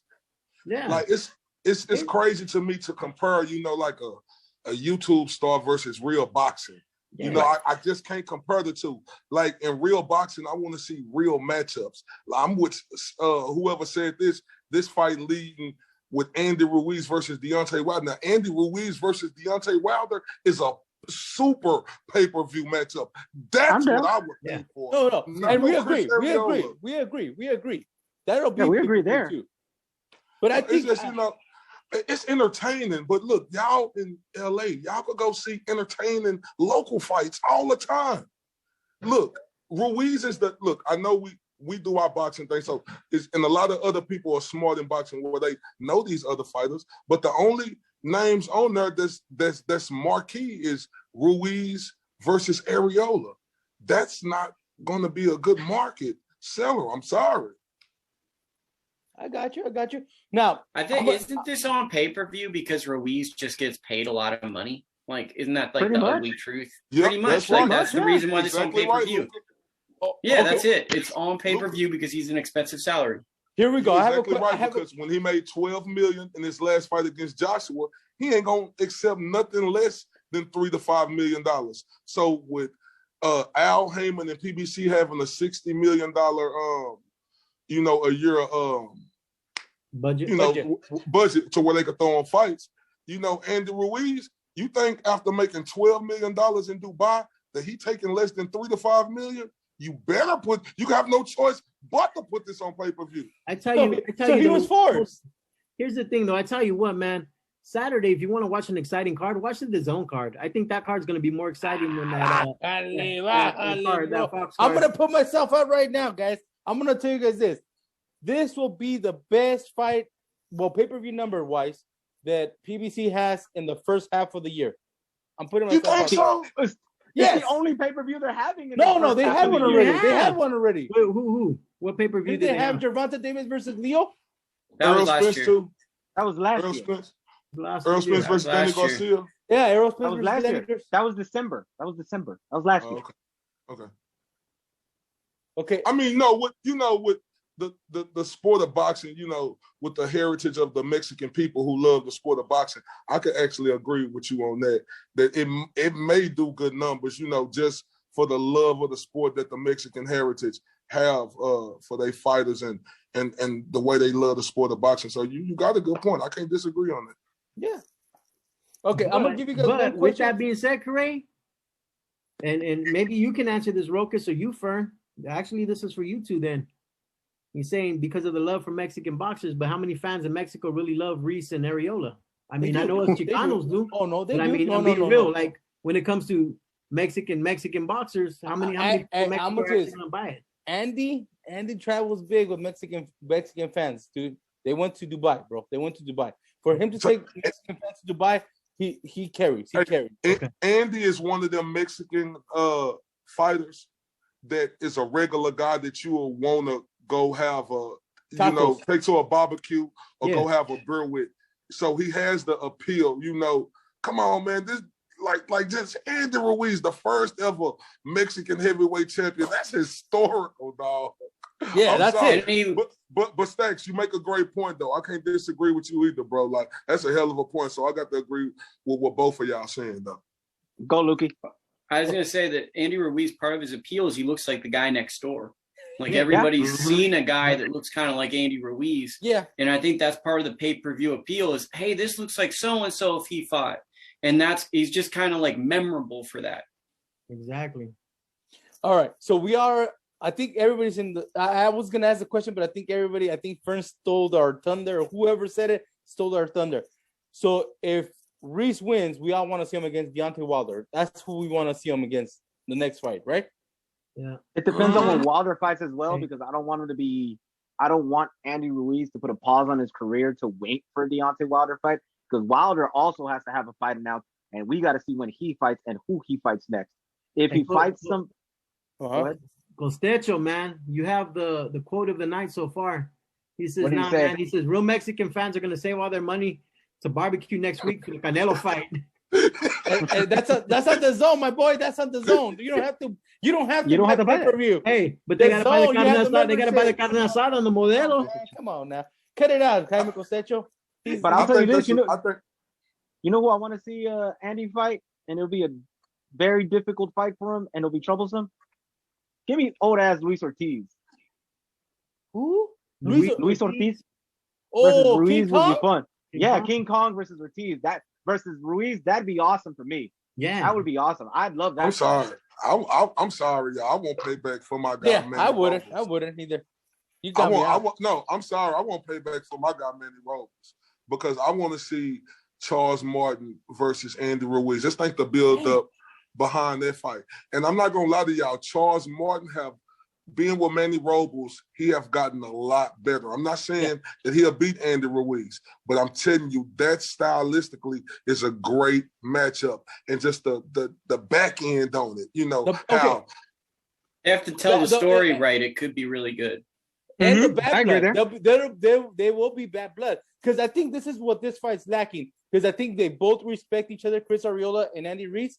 There's no bad blood between them. But I think him fighting Martin, it's not that he has bad blood with Martin, but it'll be the Manny Robles story with Eddie Reynoso. So that'll create some real issues right there. So no, I mean I like that. I like that. No, that's what I'm saying. But I would rather see him fight Wilder. But like Fern says, if Wilder has to do a fight before that, then I mean, let's not hold Andy back. Let's get that Prince fight going. You know what I mean? Let's just get him going so he could be ready, man, because he does want to get his titles back, bro. That's one thing that I think he wants to do. So, hey, well, who really cares about Deontay Wilder right now anyway? Like, I have a lot of people, bro. No, I mean, I understand that, but like on a respect level, like, you know, this guy went from Mark Breland in his corner to Malik Scott, a guy who took a dive against him. But okay. Well, I mean, just go on YouTube and you'll find a whole subsection of Deontay Wilder. Yeah, you'll find the Deontay Wilder worshippers out there. Trust me. But how many of them people really gonna pay for his fight? Like, he's a fighter who just got paid like $30 million against Tyson Fury too. So he expect his fight to be on pay-per-view too. So he's looking for a big payday too. That's why I say PBC in trouble, y'all, because they got too many fighters who think they deserve a lot of money. I'm sorry, Fernando. Go ahead. No, actually, I was going to piggyback off of what you said with the Deontay Wilder making too much money. That's why the fight between him and Charles Martin fell through, because he wanted pay-per-view and he wanted a guaranteed $10 million. Yeah, that doesn't really work with Charles Martin. Yep, it doesn't work with Charles Martin. That's what he wanted. He wanted pay-per-view as a comeback fight versus Charles Martin and $10 million guaranteed. Like, come on, man. You got to be realistic. So a lot of these guys are just pricing themselves out, man. That's what we got to see at the end of the day. No, not a lot of these guys. PBC fighters are pricing themselves out. Let's aim the look. You know what's crazy? Let's point the finger at PBC. Yeah, no, because I be on my boxing group every day. If y'all don't follow me on RTBA Boxing Channel. Everybody like to point the finger at Bob Arum. I'm like, why do everybody point? Top Rank put on the best shows in boxing. I've been saying that. Bro, I agree. Put on people say, oh, Bob Arum holding Terence Crawford back. Hold up. I see Bob Arum all in the cameras, all in the videos, saying that he want this fight for his guy. I don't see the ghost in Al Heyman in the videos saying that he want to make this fight with his guys versus Bob Arum guy and Terence Crawford. I just don't like the lack of respect that Bob Arum gets. Everybody loves to point the finger and talk about Bob Arum and Top Rank. They put on the best shows in boxing. With the Zone and Eddie Hearn being a close second, and he probably on the way to surpassing Top Rank, but Top Rank put on the best shows pound for pound in boxing. Like Big Stack said earlier, are you kidding me? We got Andy Ruiz versus Chris Areola on pay-per-view, and we got Ramirez versus Josh Taylor for undisputed? Are you kidding me? And Bob Arum is putting that on free TV, and y'all want to sit up here and criticize Bob Arum? Man, bro, that fight right there could have been like an ABC pay-per-view. Like, put that on national TV, right? Bro, seriously. That's just boxing gets in its own way. That's the issue, because really, like, if we're really wanting to see these big money fights and the fighters want to get paid, it should have just been Wilder versus Ruiz. There should have been no comeback fight. You just have to jump into it. Yeah. But neither fighter wants to do that. Wilder was ready, though, man. I don't think Wilder was ready to get back into the ring. No, I think Wilder would lose that fast. I think he's ready. Yeah. Wilder needs a step up fight. He needs to take a gimme fight and get a little confidence before he gets into with somebody like Ruiz. Yep. All right, let's get to the card now, man, because you guys are just destroying the main event. But let me get you guys. We're gonna have the Towering Inferno, Sebastian Fundora versus Jorge Cota. Is that something you guys are looking forward to? Absolutely. I love the kid in Fundora, man. Like, I've never seen. I know, a lot of people like to criticize him on his little fight he had, but I don't understand why boxing people do that. This is boxing. You're not gonna be perfect every night. Let's look at his overall and everything he did. That kid is an excellent fighter, bro. And for him to be that tall and to be able to be in that weight class like that, like, I love this kid. I love the way they moving him. I love this kid. Bro. Okay, let's go because I know Lukey brought up the fact about divisions. How do you guys see him moving up, man, in the future? You guys think he captures the title in the current division and then he moves up to different divisions? Fundora, was he at 54? I don't know if he gets a title or not there. I think he may move up before he captures a title. I don't know if he gets one there at 54. There's some tough fighters coming up at 154, man. I mean, there's gonna be some tough fights for him to prove himself. I hope he can get through Cota. I think he will get through Cota. The way Cota got knocked out by Charlo the last time I seen him fight, like it wasn't a good showing for him. So hopefully Fundora does show off. But I mean, there's some tough competition, man. There's some lions. Yeah, there really is. I mean, you even throw him in there with somebody like Jesse Vargas, per se. At 54, if Danny Garcia moves up to 54. Julian Williams, Erickson Lubin, Jason Rosario, Brian Castano. Yeah, there's some tough cats there, man. So no chance at 154. Not anytime soon for a title. Not anytime soon. So slow him down, maybe. Yeah, maybe. I mean, he's gonna end up running into somebody, but I mean, like I said, I brought up his name because I like him a lot. But at 54, you got another prospect coming out of Australia, man, Tim Tszyu. Your boy. Not one episode. I don't know. Hey, that's 4 weeks in a row, dog. 4 weeks in a row. I'm gonna get you his autograph, dog. I'm gonna get you his autograph. Give me his autograph, brother. His dad was one of my favorite fighters, man. Yeah, I got you, bro. I got you. Jesus Christ. No, okay. He's good, bro. He's good. He's good. He's good. Now, no, but he would be with Top Rank, right? Tszyu? Well, maybe. I know they're the ones that picked up the last fight. He's not signed with Top Rank. No, but he most likely was signed there, right? I think Top Rank they just brought him in for they just picked up the telecast. Okay. Yeah, the feed. Yeah. Okay, so can you guys see Fundora ever fighting Tszyu? What was that? Do you see him fighting Tszyu? Fundora. Depends on how fast they bring up Tszyu and how much time Fundora could actually stay at the weight class. Depends on those two things. Yeah. But I'm not gonna lie to you. Lubin. I think Lubin and him are on a path. Erickson, yeah. That would be a good fight, man. Correct. Give it to him. And with the Cota fight, I think this is gonna be a world star moment. Like his uppercuts are some of the most dangerous uppercuts I've ever seen in my life. I think Fundora is gonna catch Cota with an uppercut that's gonna be a world star moment. Like, seriously, it's gonna go viral. Like, and I do believe, that he could capture a title at 154 because with him moving, this is the same. Wasn't Cota last fight against the unified champion Jermell Charlo? Am I right or wrong about that? Yeah.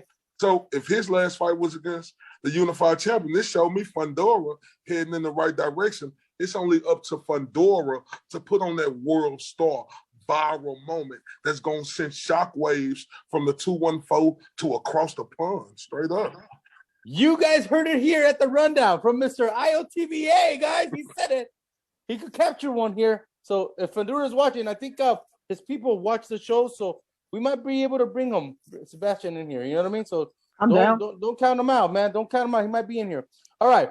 Let me give you guys the next one. The battle of the past guests. Here we go.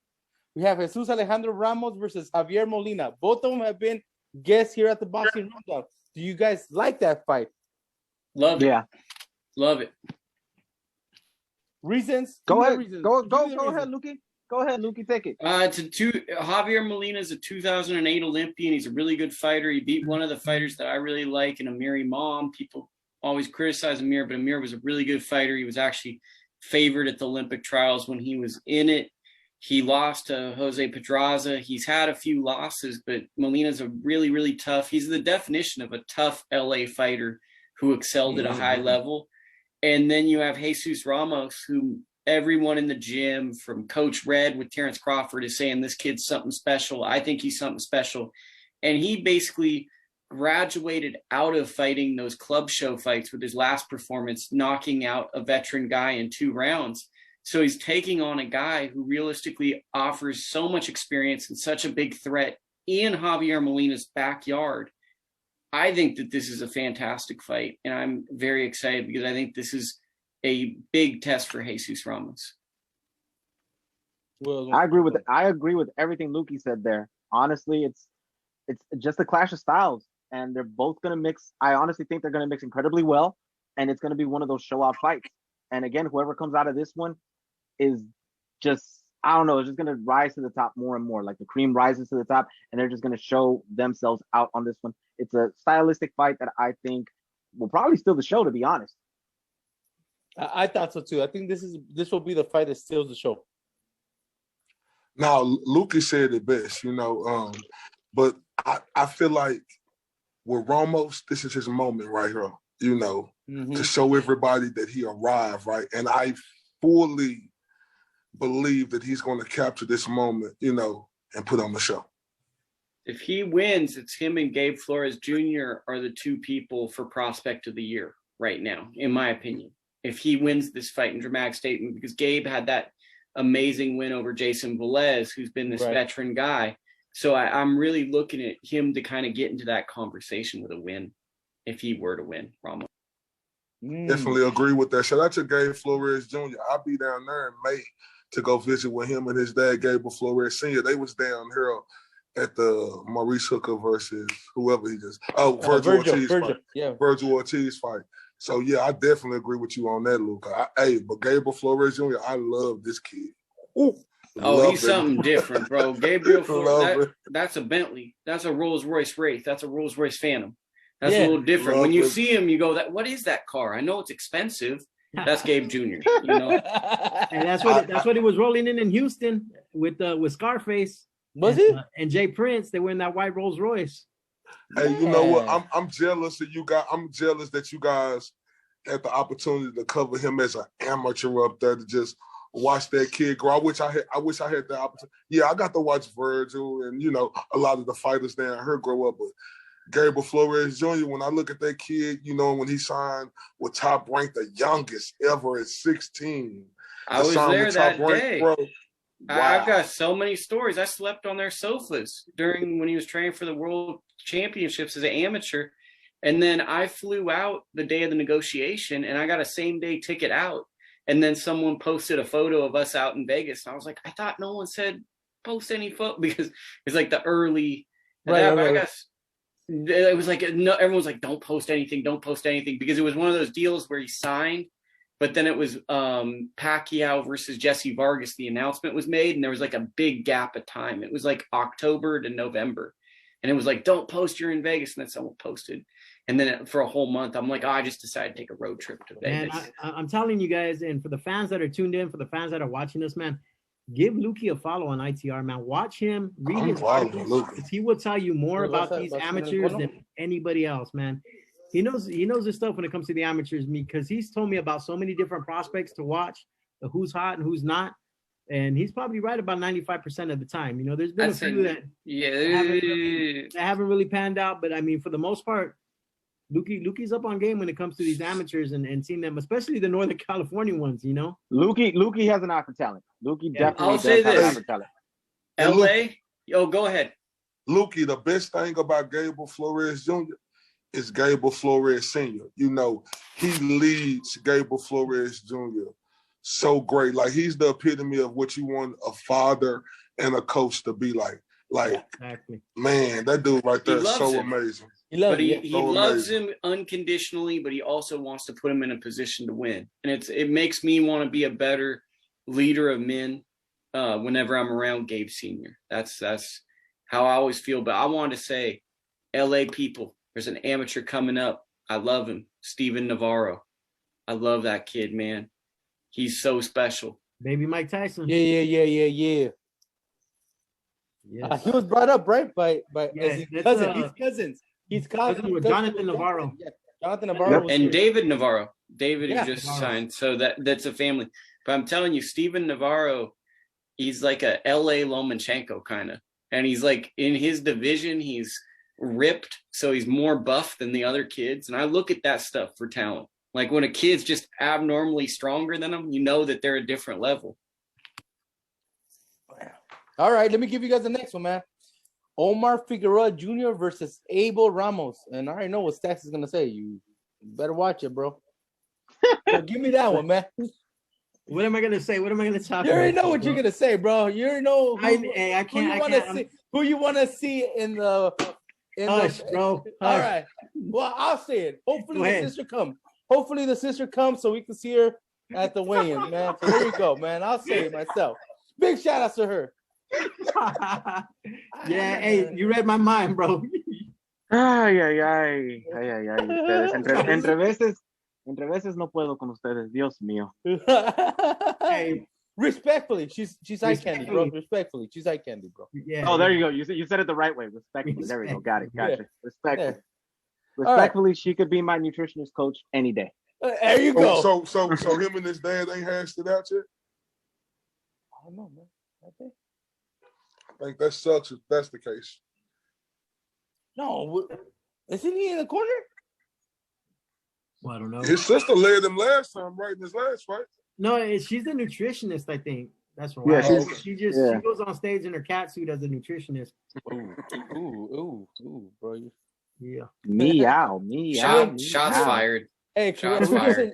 we just enjoy that, bro. We just enjoy it's all good. It's all good. But okay, so you guys like the fight? Omar Figueroa versus Abel Ramos, who Abel Ramos is uncle to Jesus Ramos, and he's the guy that just lost to Ugas. So I think the winner will get a title shot. Is that what you're saying? Didn't Figueroa just lose to Ugas too? Yeah, exactly. So maybe this is the Ugas defeated fighters match. It's a tough fight, man. It's a tough fight. Figueroa really hasn't impressed me as much as I thought he was. I know he's had some personal issues as well. You know, and like you said, when it comes down to mental stability and being in the game 100%, and I'm not saying mental health, what I'm just saying is if you're not in it mentally, you know, I think right before the Ugas fight, he had got popped out in Coachella or Palm Springs for a DUI. And so when you start getting stuff like that on your record, you know, and it's stuff that you're thinking about in the back of your mind. I'm not sure if that affected him much for the Ugas fight, but if it did, hopefully he got that situation taken care of and he comes out stronger. But Ramos is a tough cat, man. I think there's some real good matchups on this card. You know, there's some good fights on this card. Like I said, the whole show is going to be a firefight. It's going to be to quote JR, Jim Ross from old school WWE, it's going to be a slobber knocker card, yo. Pretty much up and down, top to bottom. It's going to be one of those cards where you're just going to be entertained. Like you might actually drop a beer as to how shocked someone's going to get punched. Yeah. That's how bad it's going to be. It's a really good card. This being the co-main event is perfect to me. It's really good. Again, the guys who lost to Ugas, I'm down with it. And then again, Ramos, the junior, he wants to actually fight Ugas if he wins this bout that's coming up because he wants to basically avenge his uncle's defeat.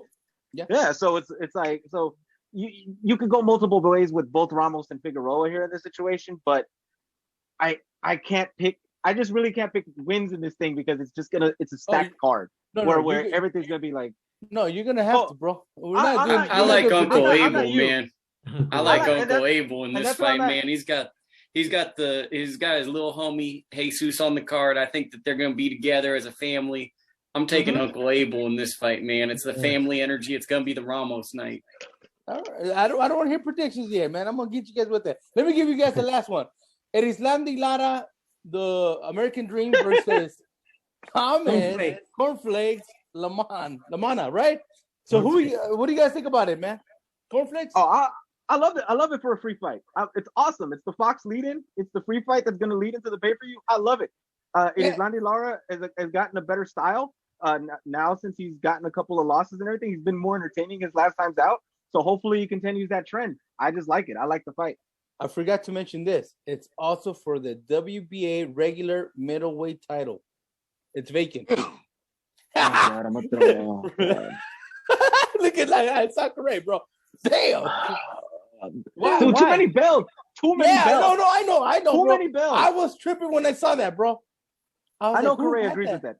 I know Correa agrees with that. I do agree with that, but it's like, you know, like you got the regular championship belt, then you got the Intercontinental belt, then remember they made the American Championship, and you know, a rundown bout, tag team champion. Oh, Jesus. Like, when is enough?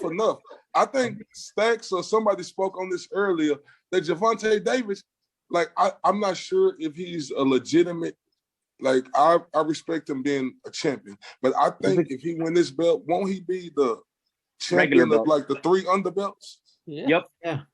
Wow. Yeah. Wow. Wow. He loves that underbelt. Taylor has 1 and Ramirez has the other 3, so you know, I mean, or is it 2 and 2? Yeah, but getting to the fight, I definitely love this fight because it's really a crossroad fight. Come on, Brandon Figueroa.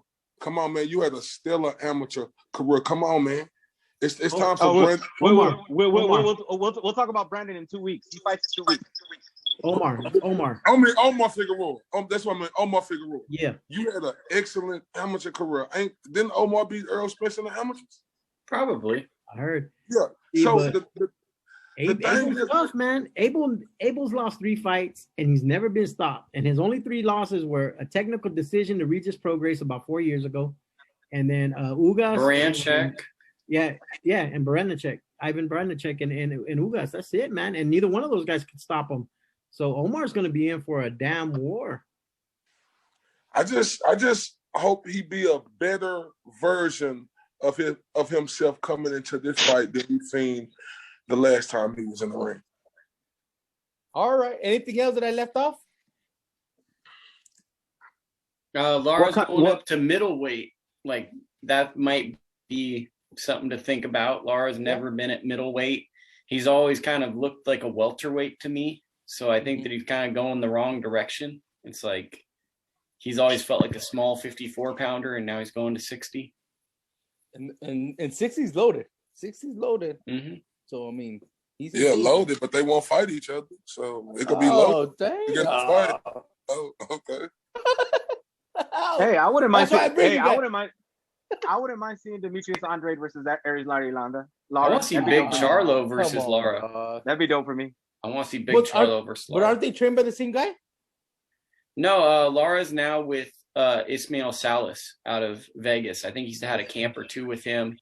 Okay. And Big Charlo is with Lara's old trainer, Ronnie Shields. But I kind of would like to see that fight because I'm sure there's history between those two, training together and all that. And I think that would probably be, if we ever saw Lara talk trash before a fight, maybe it's that. And that's it. I'd rather see that. I'd rather see Canelo that. fight. No, I'd rather see that one than see the Bubu Andrade versus Lara, bro. I'm telling you right now, bro. That was going to be a snoozer, dude.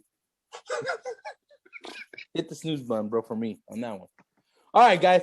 First of all, everybody give them your social media right now. Give them your social media. Let them know where they can find you guys. Let them know where they can follow you guys. And then we'll jump into predictions. We got to make some people money right now. Go ahead, man. Who goes first? Correa, you guys started out. You guys go the guest. Go ahead, Correa. Y'all make sure y'all follow me on Instagram. That's MR_IOTBA. Follow me on Facebook, Karray, Karray Bradshaw. Follow my Facebook group, RTBA Boxing Talk. Follow me on YouTube, RTBA Boxing Talk. Thank y'all. Just at Lukey Boxing, Lukie, and then boxing spelled correctly. And then just type in ITR Boxing. We got podcast, YouTube, all that stuff. And that's it. Oh, I'm sorry. I left that one thing. Make sure y'all also follow me on FightSaga.com. I also write articles for FightSaga.com. Shout out to my dog, Joseph Harris. Stacks, give me your thing before we give the predictions. Just follow me on Supreme Boxing. You can follow Supreme Boxing on IG, on Twitter, on Facebook, also Under the Hand Wraps. Been doing some articles for Albert Baker on Under the Hand Wraps. And you can follow me just on my IG. It's Stacks_ringside. And I am Fernando Pimentel from BehindTheGloves.com. Check out interviews from the Stacks event last week on BehindTheGloves.com. Follow me on Twitter at Fern, FERN_323. On Instagram at LAFern_323. All right, guys. Don't forget to keep on following us here at the Boxing Rundown every Monday. We have it at 7:00. And with that said, I'm not going to tell you guys the guest for next week. Stacks and I are going to say it at the end, but we have somebody for next week already, guys. And here we go. Let's make some people money. First, let me give a shout out. Shout out to Michael Conlan. He's fighting on Friday on ESPN Plus. I really saw the card. I didn't really like anybody in the card, so I'm just going to give a shout out to Michael Conlan. Oh, you have somebody in that card? No, but Saturday, man, there's one more. No. One more. Yeah, no. I know. Real quick, and we'll go through predictions, but real quick, you got Derek Chisora fighting against Joseph Parker. Right. We're gonna predict on those two right now. Okay. Don't worry. I got two fights. So, all right. So here we go. Let's make some people money. Let's make some paper for people. Saturday, Manchester, England, The Zone. Let's start with the co-main event. Dimitri Revo versus Craig Richards. Who do we got? Boom. Vámonos. Want me to go first? Dimitri Revo. Yeah, me too. I got Revo. Knockout. Likewise. Stack's thinking about it. Stack's thinking, dude. You could be the lone wolf. I'm going with unanimous decision. I don't think Bivol will stop him. Okay. I'm actually with Stacks. I was going to say the exact same thing. I think Bivol takes the rounds. He goes all the way through it, and he doesn't stop him. Gets a wide decision, but he does get a decision. I don't think he stops him. Okay. Bivol 9th round stoppage. TKO right there. TKO, KOs, and UDs. All right. So everybody has Bivol winning, guys. Put some money on Bivol. Let's get some money, man. Let's get some cheddar. All right, let's go to the main event. Derek Chisora versus Joseph Parker. Man, this is going to be a good main event, guys. This is the fight that the Stacks and Karray were talking about, man. This is the fight that we're going to be entertained with. Let them know why they're going to be entertained, bro. Come on, let's make some money for people. You know, I think Chisora is going to come right at him. I think Parker's going to try to box, and then once Parker gets engaged, it's going to turn into a war. And with heavyweights, man, all it takes is one shot. We know that, man. I mean, with these big guys hitting you with that much force, it can go either way. I think Chisora is going to pull it out, but it's going to be an all-out. It's going to be an entertainment fight, man. It's going to be a very entertaining fight. Okay, but who do you got, dog? I got Chisora, man. I think Chisora. I'm not going. I think he'll win a split decision, man. It's going to be a close fight. I think both of them are going to get dropped. Chisora comes out with a split decision. Next. I agree with him. I think it's going to be an entertaining fight, but I got Joseph Parker winning this fight. By what, Chief?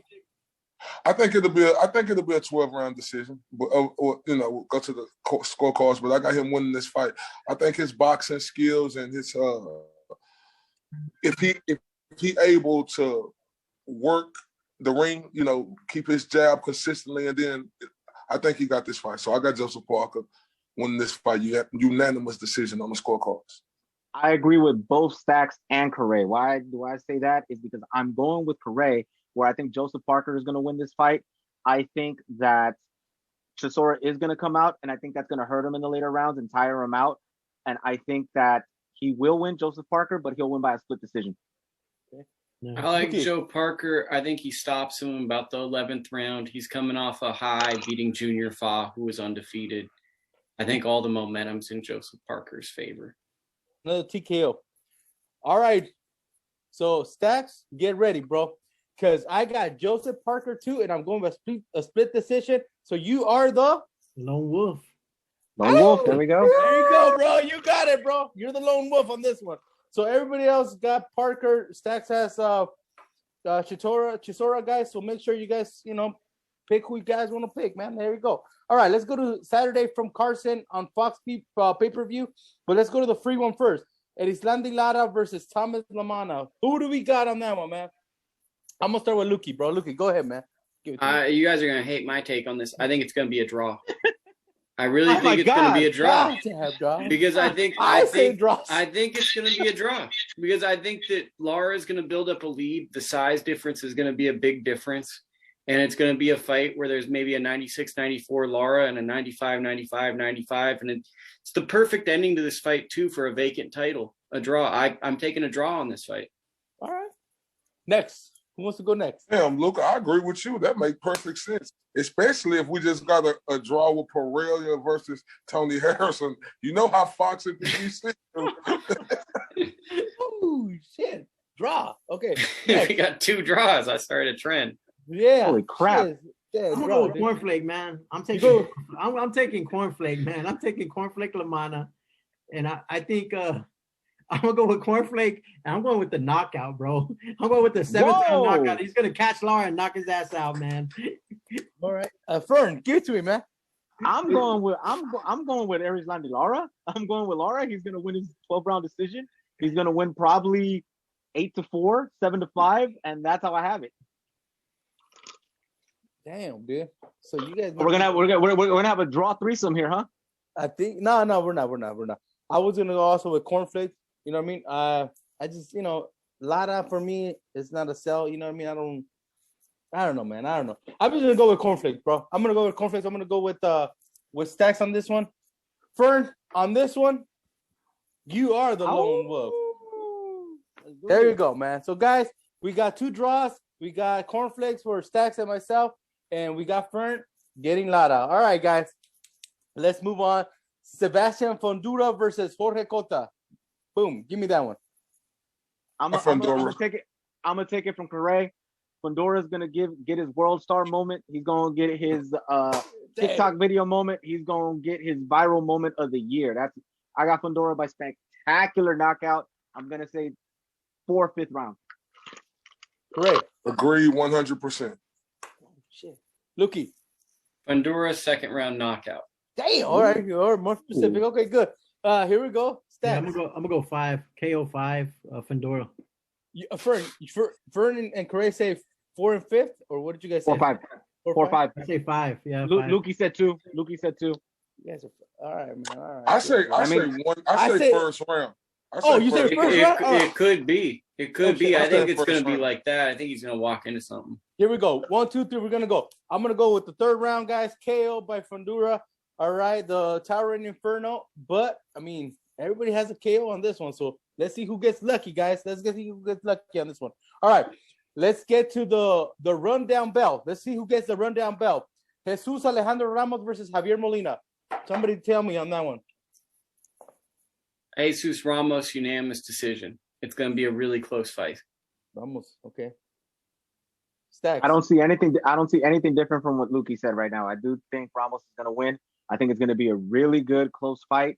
There's going to be a lot of swing rounds where somebody could have gone one way, it could have gone the other. The scorecards are going to be up in the air, but I do think Ramos gets ultimately the decision.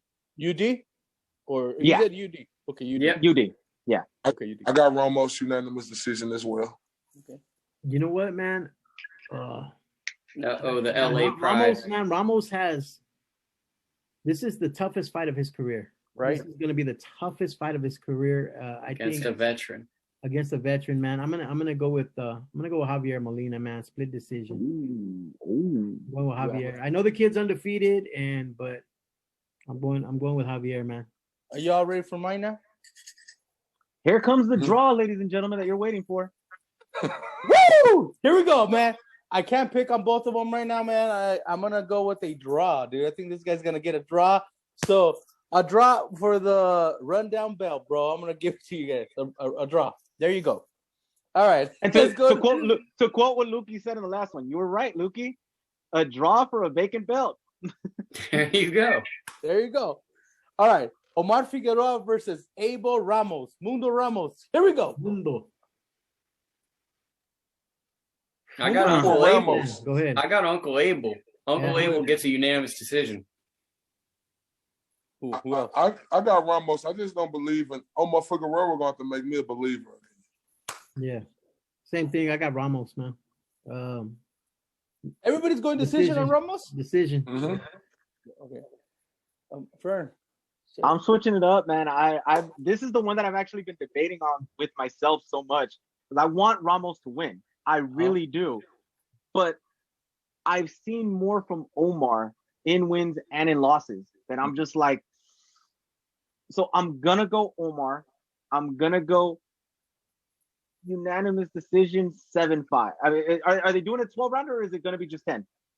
No, it's a 12 rounder, bro. It's a 12 rounder. Yeah. 7-5. 7-5 Omar. Squeaks it out. Here we go, man. I'm going to go with Fern on this one, but I'm going to go majority decision. Omar Figueroa. Okay. I'll give it to Texas on that one, man. I'm going to give it to Texas on that one. Right? So here we go. Let's go to the main event, man. This is the one that people were saying I wasn't going to make a pick. So Andy Ruiz Jr. versus Chris Areola, man. Who do we got and by what? This is the one that makes them all the money, guys. Come on, man. This is the one they put money on. Andy Ruiz Jr., 4th round knockout. He catches him. He slips a punch, lands a hook, fight's over. Okay. Mm-hmm. I think it's going to go a little bit longer. Go ahead, correct. No, I'm so sold on Eddie Reynoso. I think he is by far the best trainer on the planet. That's just my opinion. Look, I think he's the best trainer on the planet. Uh-huh. Like Andy Ruiz has surprised me of the transformation that I've seen him have. I got Andy Ruiz by 2nd round TKO knockout. 2nd round knockout. Knockout. Okay, knockout. Damn. Okay. 4th. Go. I said within 5, but you know what? I'm gonna switch it up a little bit. I'm still sticking with Andy, and I'm gonna say first round knockout. Fuck. First round. All right, I'm gonna flip it on y'all. Then I'm going with Andy. I'm going with knockout as well, but I think it's gonna go a little longer than what you guys. I'm gonna go 6th round. The reason why is because I feel Eddie Reynoso and Andy Ruiz need to show what the marriage is what it actually means. They need to show their work. And if he does it in 1 round or in 2 rounds, it's not going to show the work. It's just going to show more that Areola is done. So I feel it's going to be like a little bit of a longer matchup where they're going to show part of what they've been working on. So I say 6th round knockout TKO victory for Andy Ruiz. 6th round, right? Okay. Here we go, guys. This is we're all gonna go. It's a clean slate right here. It's all for Andy Ruiz. Andy Ruiz gets the victory, but I think both of them get dropped. I think both of them are gonna get dropped. I think Andy's gonna get dropped because I know there's Mexican fighters. Correct? You gotta think about it. They're gonna throw chingazos, bro. They're gonna throw, and I think they're gonna both hurt each other. They've sparred each other, so they know each other very well. I mean, I know that. Ask you a question. Yeah. Boxing Ruckus, have Andy Ruiz ever been dropped before? I'm not sure. Yeah, Anthony Joshua. Oh yeah, Joshua dropped him. But besides that, have anybody ever dropped him besides that? No. Like I just don't believe Areola is what he used to be. That he have that enough in the tank to drop him. But hey, I could be wrong. But it could be a flash knockdown. You know what I mean? The jitters. You know what I mean? The jitters. They both have been in a layoff, so that's what I think. That's what I'm expecting. I'm thinking they're gonna throw bombs, and then both are gonna be on the canvas. But I think at the end of the day, Andy Ruiz comes up, and I am gonna go a little bit on this one. I think it's gonna be a good marriage, and I'm gonna go 5th round TKO because Andy is gonna turn on the fucking engine and boom, stop it. Too much. They're gonna throw a towel. But ain't it a little deceiving, Boxing Ruckus, to say Joshua knocked Ruiz down when we seen Ruiz come in looking like the damn Michelin man, and we knew that wasn't the real him? Yeah, no, I got you, bro. I got you. But, but think about that weight on his chin. Too much muscle sometimes also makes a lot of people slower. Yeah. So is the muscle gonna slow Andy's speed? Because Andy was fast as a chubby guy. You know what I mean? So he was. Want to make sure. I know. I mean, Andy ate tacos with me, bro. So I know how fast he has hands.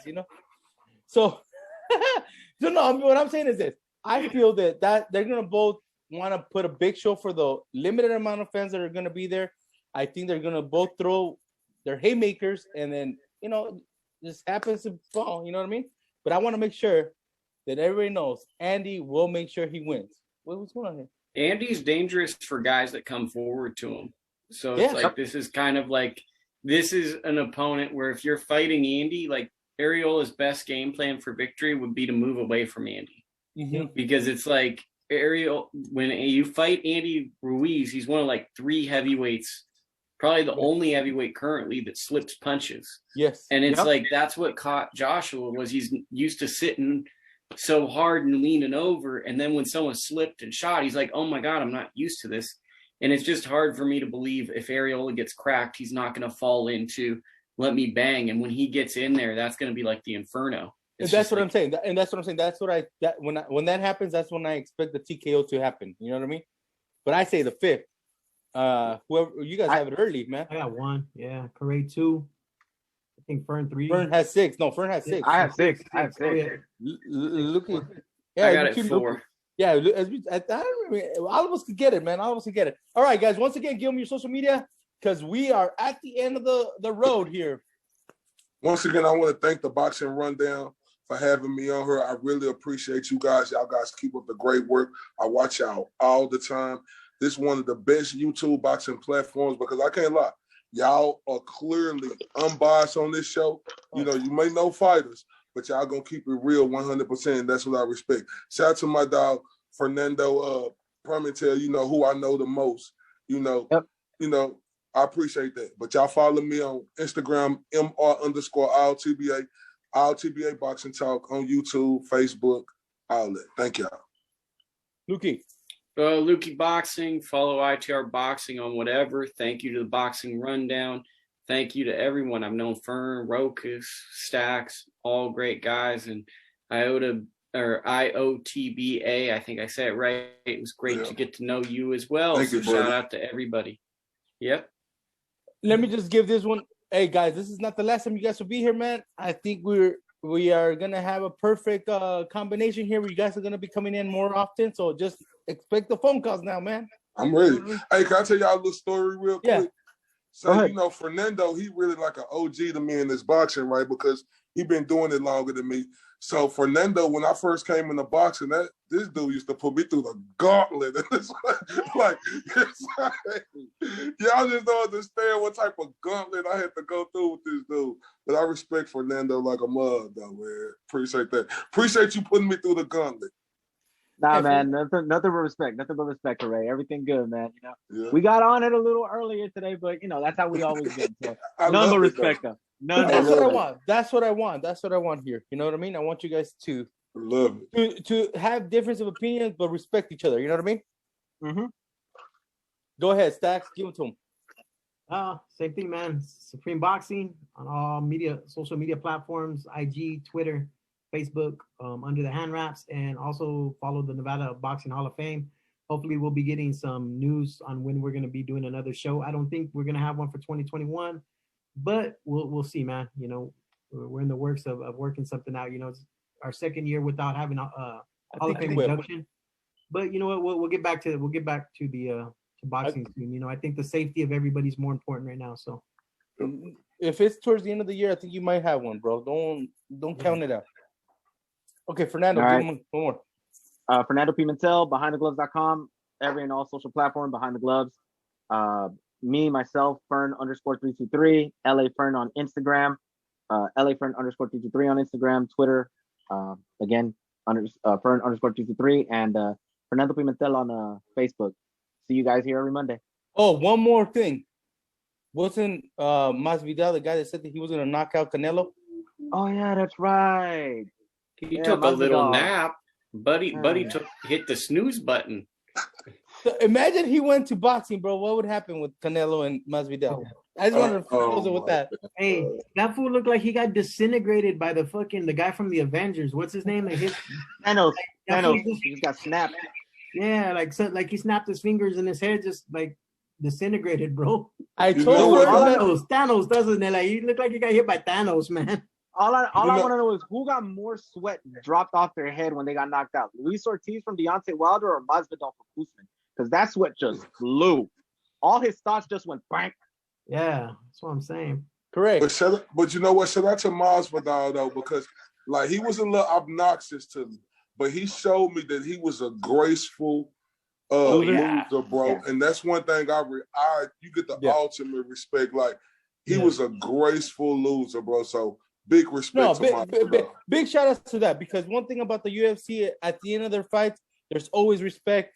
We see it in boxing sometimes, man, and I hope everybody does that. You know what I mean? Respect, because you could be a champ. Kobe gonna smash Usman next fight. I'm telling y'all, Kobe Covington gonna get Usman. Steak on it right now. Steak. All right, we got steaks, man. All right, there you go. Usman gets it, man. Hey, I just want to see Jake Paul fight one of these UFC guys again. That's the other thing I want to see. I just want to see him run the gauntlet and knock out UFC fighters. It's a guilty pleasure how mad people get when Jake Paul just knocks people out. Since we're talking about this, and just final thing, did anybody catch Daniel Cormier actually checking Jake Paul at the event? That was hilarious. It's like, come on, if you're gonna do that, just fight. I want them to fight. Yeah, I want them to fight too. But DC wants it in the cage. That's the thing. DC wants it in the cage. You got to meet him. This is like, what is it? Like those old pro wrestling matches where the guy says you have to fight him. You have to put one arm behind your back. Yep. This is one of those things. If you want to fight Jake Paul, you got to meet him in the boxing ring on Triller. That's right. Well, I mean, and now I guess I'm gonna bring this, and this is Fern's fucking hot takes right here. Oh God. I'm okay with like you said, Jake Paul fighting UFC guys. You know what I mean? But let's just make sure that that's what he's doing, and not saying that he's fighting boxers, because I think once he fights a boxer, it's gonna be a little different. You know what I mean? Oh, he's gonna I don't have a problem with him fighting. I forgot already. What? I told Fern, what fight did we bet on? I already forgot. You bet on Tank Davis versus Mario. Yeah. Tank versus Mario. You gotta remember that. All right. Who got who? I took. He got Tank. I got Mario. All right. I just wanted to make sure. So a stake, which is weird which is weird. Anybody that knows us would probably say Fern got Tank and you got Mario. Right? Exactly, man. Yeah. Everybody that knows me and you would be like, Fernando got Tank. No. Wait, what? All right. I want Jake Paul to fight like a pro boxer who's struggling for money and change their life. Like that. So you want him to fight Kovalev? Yeah, Kovalev's had some paydays. I'm trying to think of like a guy that's getting 10 grand right now. Right? At 160 right now? What was he fight at? What's he fight 195. 195. 190, but he pulls people up. So you got to start at 160, and then you got to knock. What about Anderson Silva? Would that be a nice matchup for Jake Paul? Well, he's fighting Julio Cesar Chavez Jr., bro. He's got to get through Chavez Jr. Maybe the winner of that can face Jake Paul. That's not going to happen. I wonder if Chavez Jr. is going to walk into the ring wearing heels. Wow. Shucks, bro. You're a dick, bro. Hey, we seen the video. The whole show without saying bad words. I went the whole show without saying bad words till now. We seen the video. I definitely seen it. Come on, man. Come on, dog. All right. With that said, man, thank you guys. I want you guys to come back. So make sure you guys, check you guys' inboxes. I will let you guys know when we're gonna do this. And Stacks, let them know who we have next week. All right. So coming in next week, we have the Hall of Famer, the Olympic silver medalist from 1988, and the #1 pound-for-pound fighter ever out of the super flyweight division back from 1993 with his win over Chiquita Gonzalez, Mr. Michael Carbajal. Manita de Piedra will be here next Monday, guys. Next Monday. It's the perfect week because what fight are we reviewing next week? What fight are we making predictions for next week? Oh, that's right. Canelo versus DJ Saunders. I'll be covering that fight. Are you? Yeah, definitely. There you go. Good stuff. All right, have y'all asked him about what he thinks about the modern superflies? It'd be curious. We will. Yeah, get him on that. We will. Hey, just don't get in no shit Friday night at if they're having any fights in Irving, Curry. Who? I was out there that night before Spence and Garcia that Friday night when we were out there in Irving at that club. They had that. Oh, you seen me and Ellie? You and Allie going at it, bro. I got my money on Correa if that would ever happen. Hell yeah, me too. I got my money on Correa. Hey, bro, I don't know what's up with Ellie. Like, I mean, look, salute to Ellie. He big time. It's like every time he see me, he just want to come. You all right? Come on. Let's talk about it. There you go, man. With that said, thank you guys. This is the Boxing Rundown. See y'all next week. Thank you very much to everybody. Have a good night. Peace.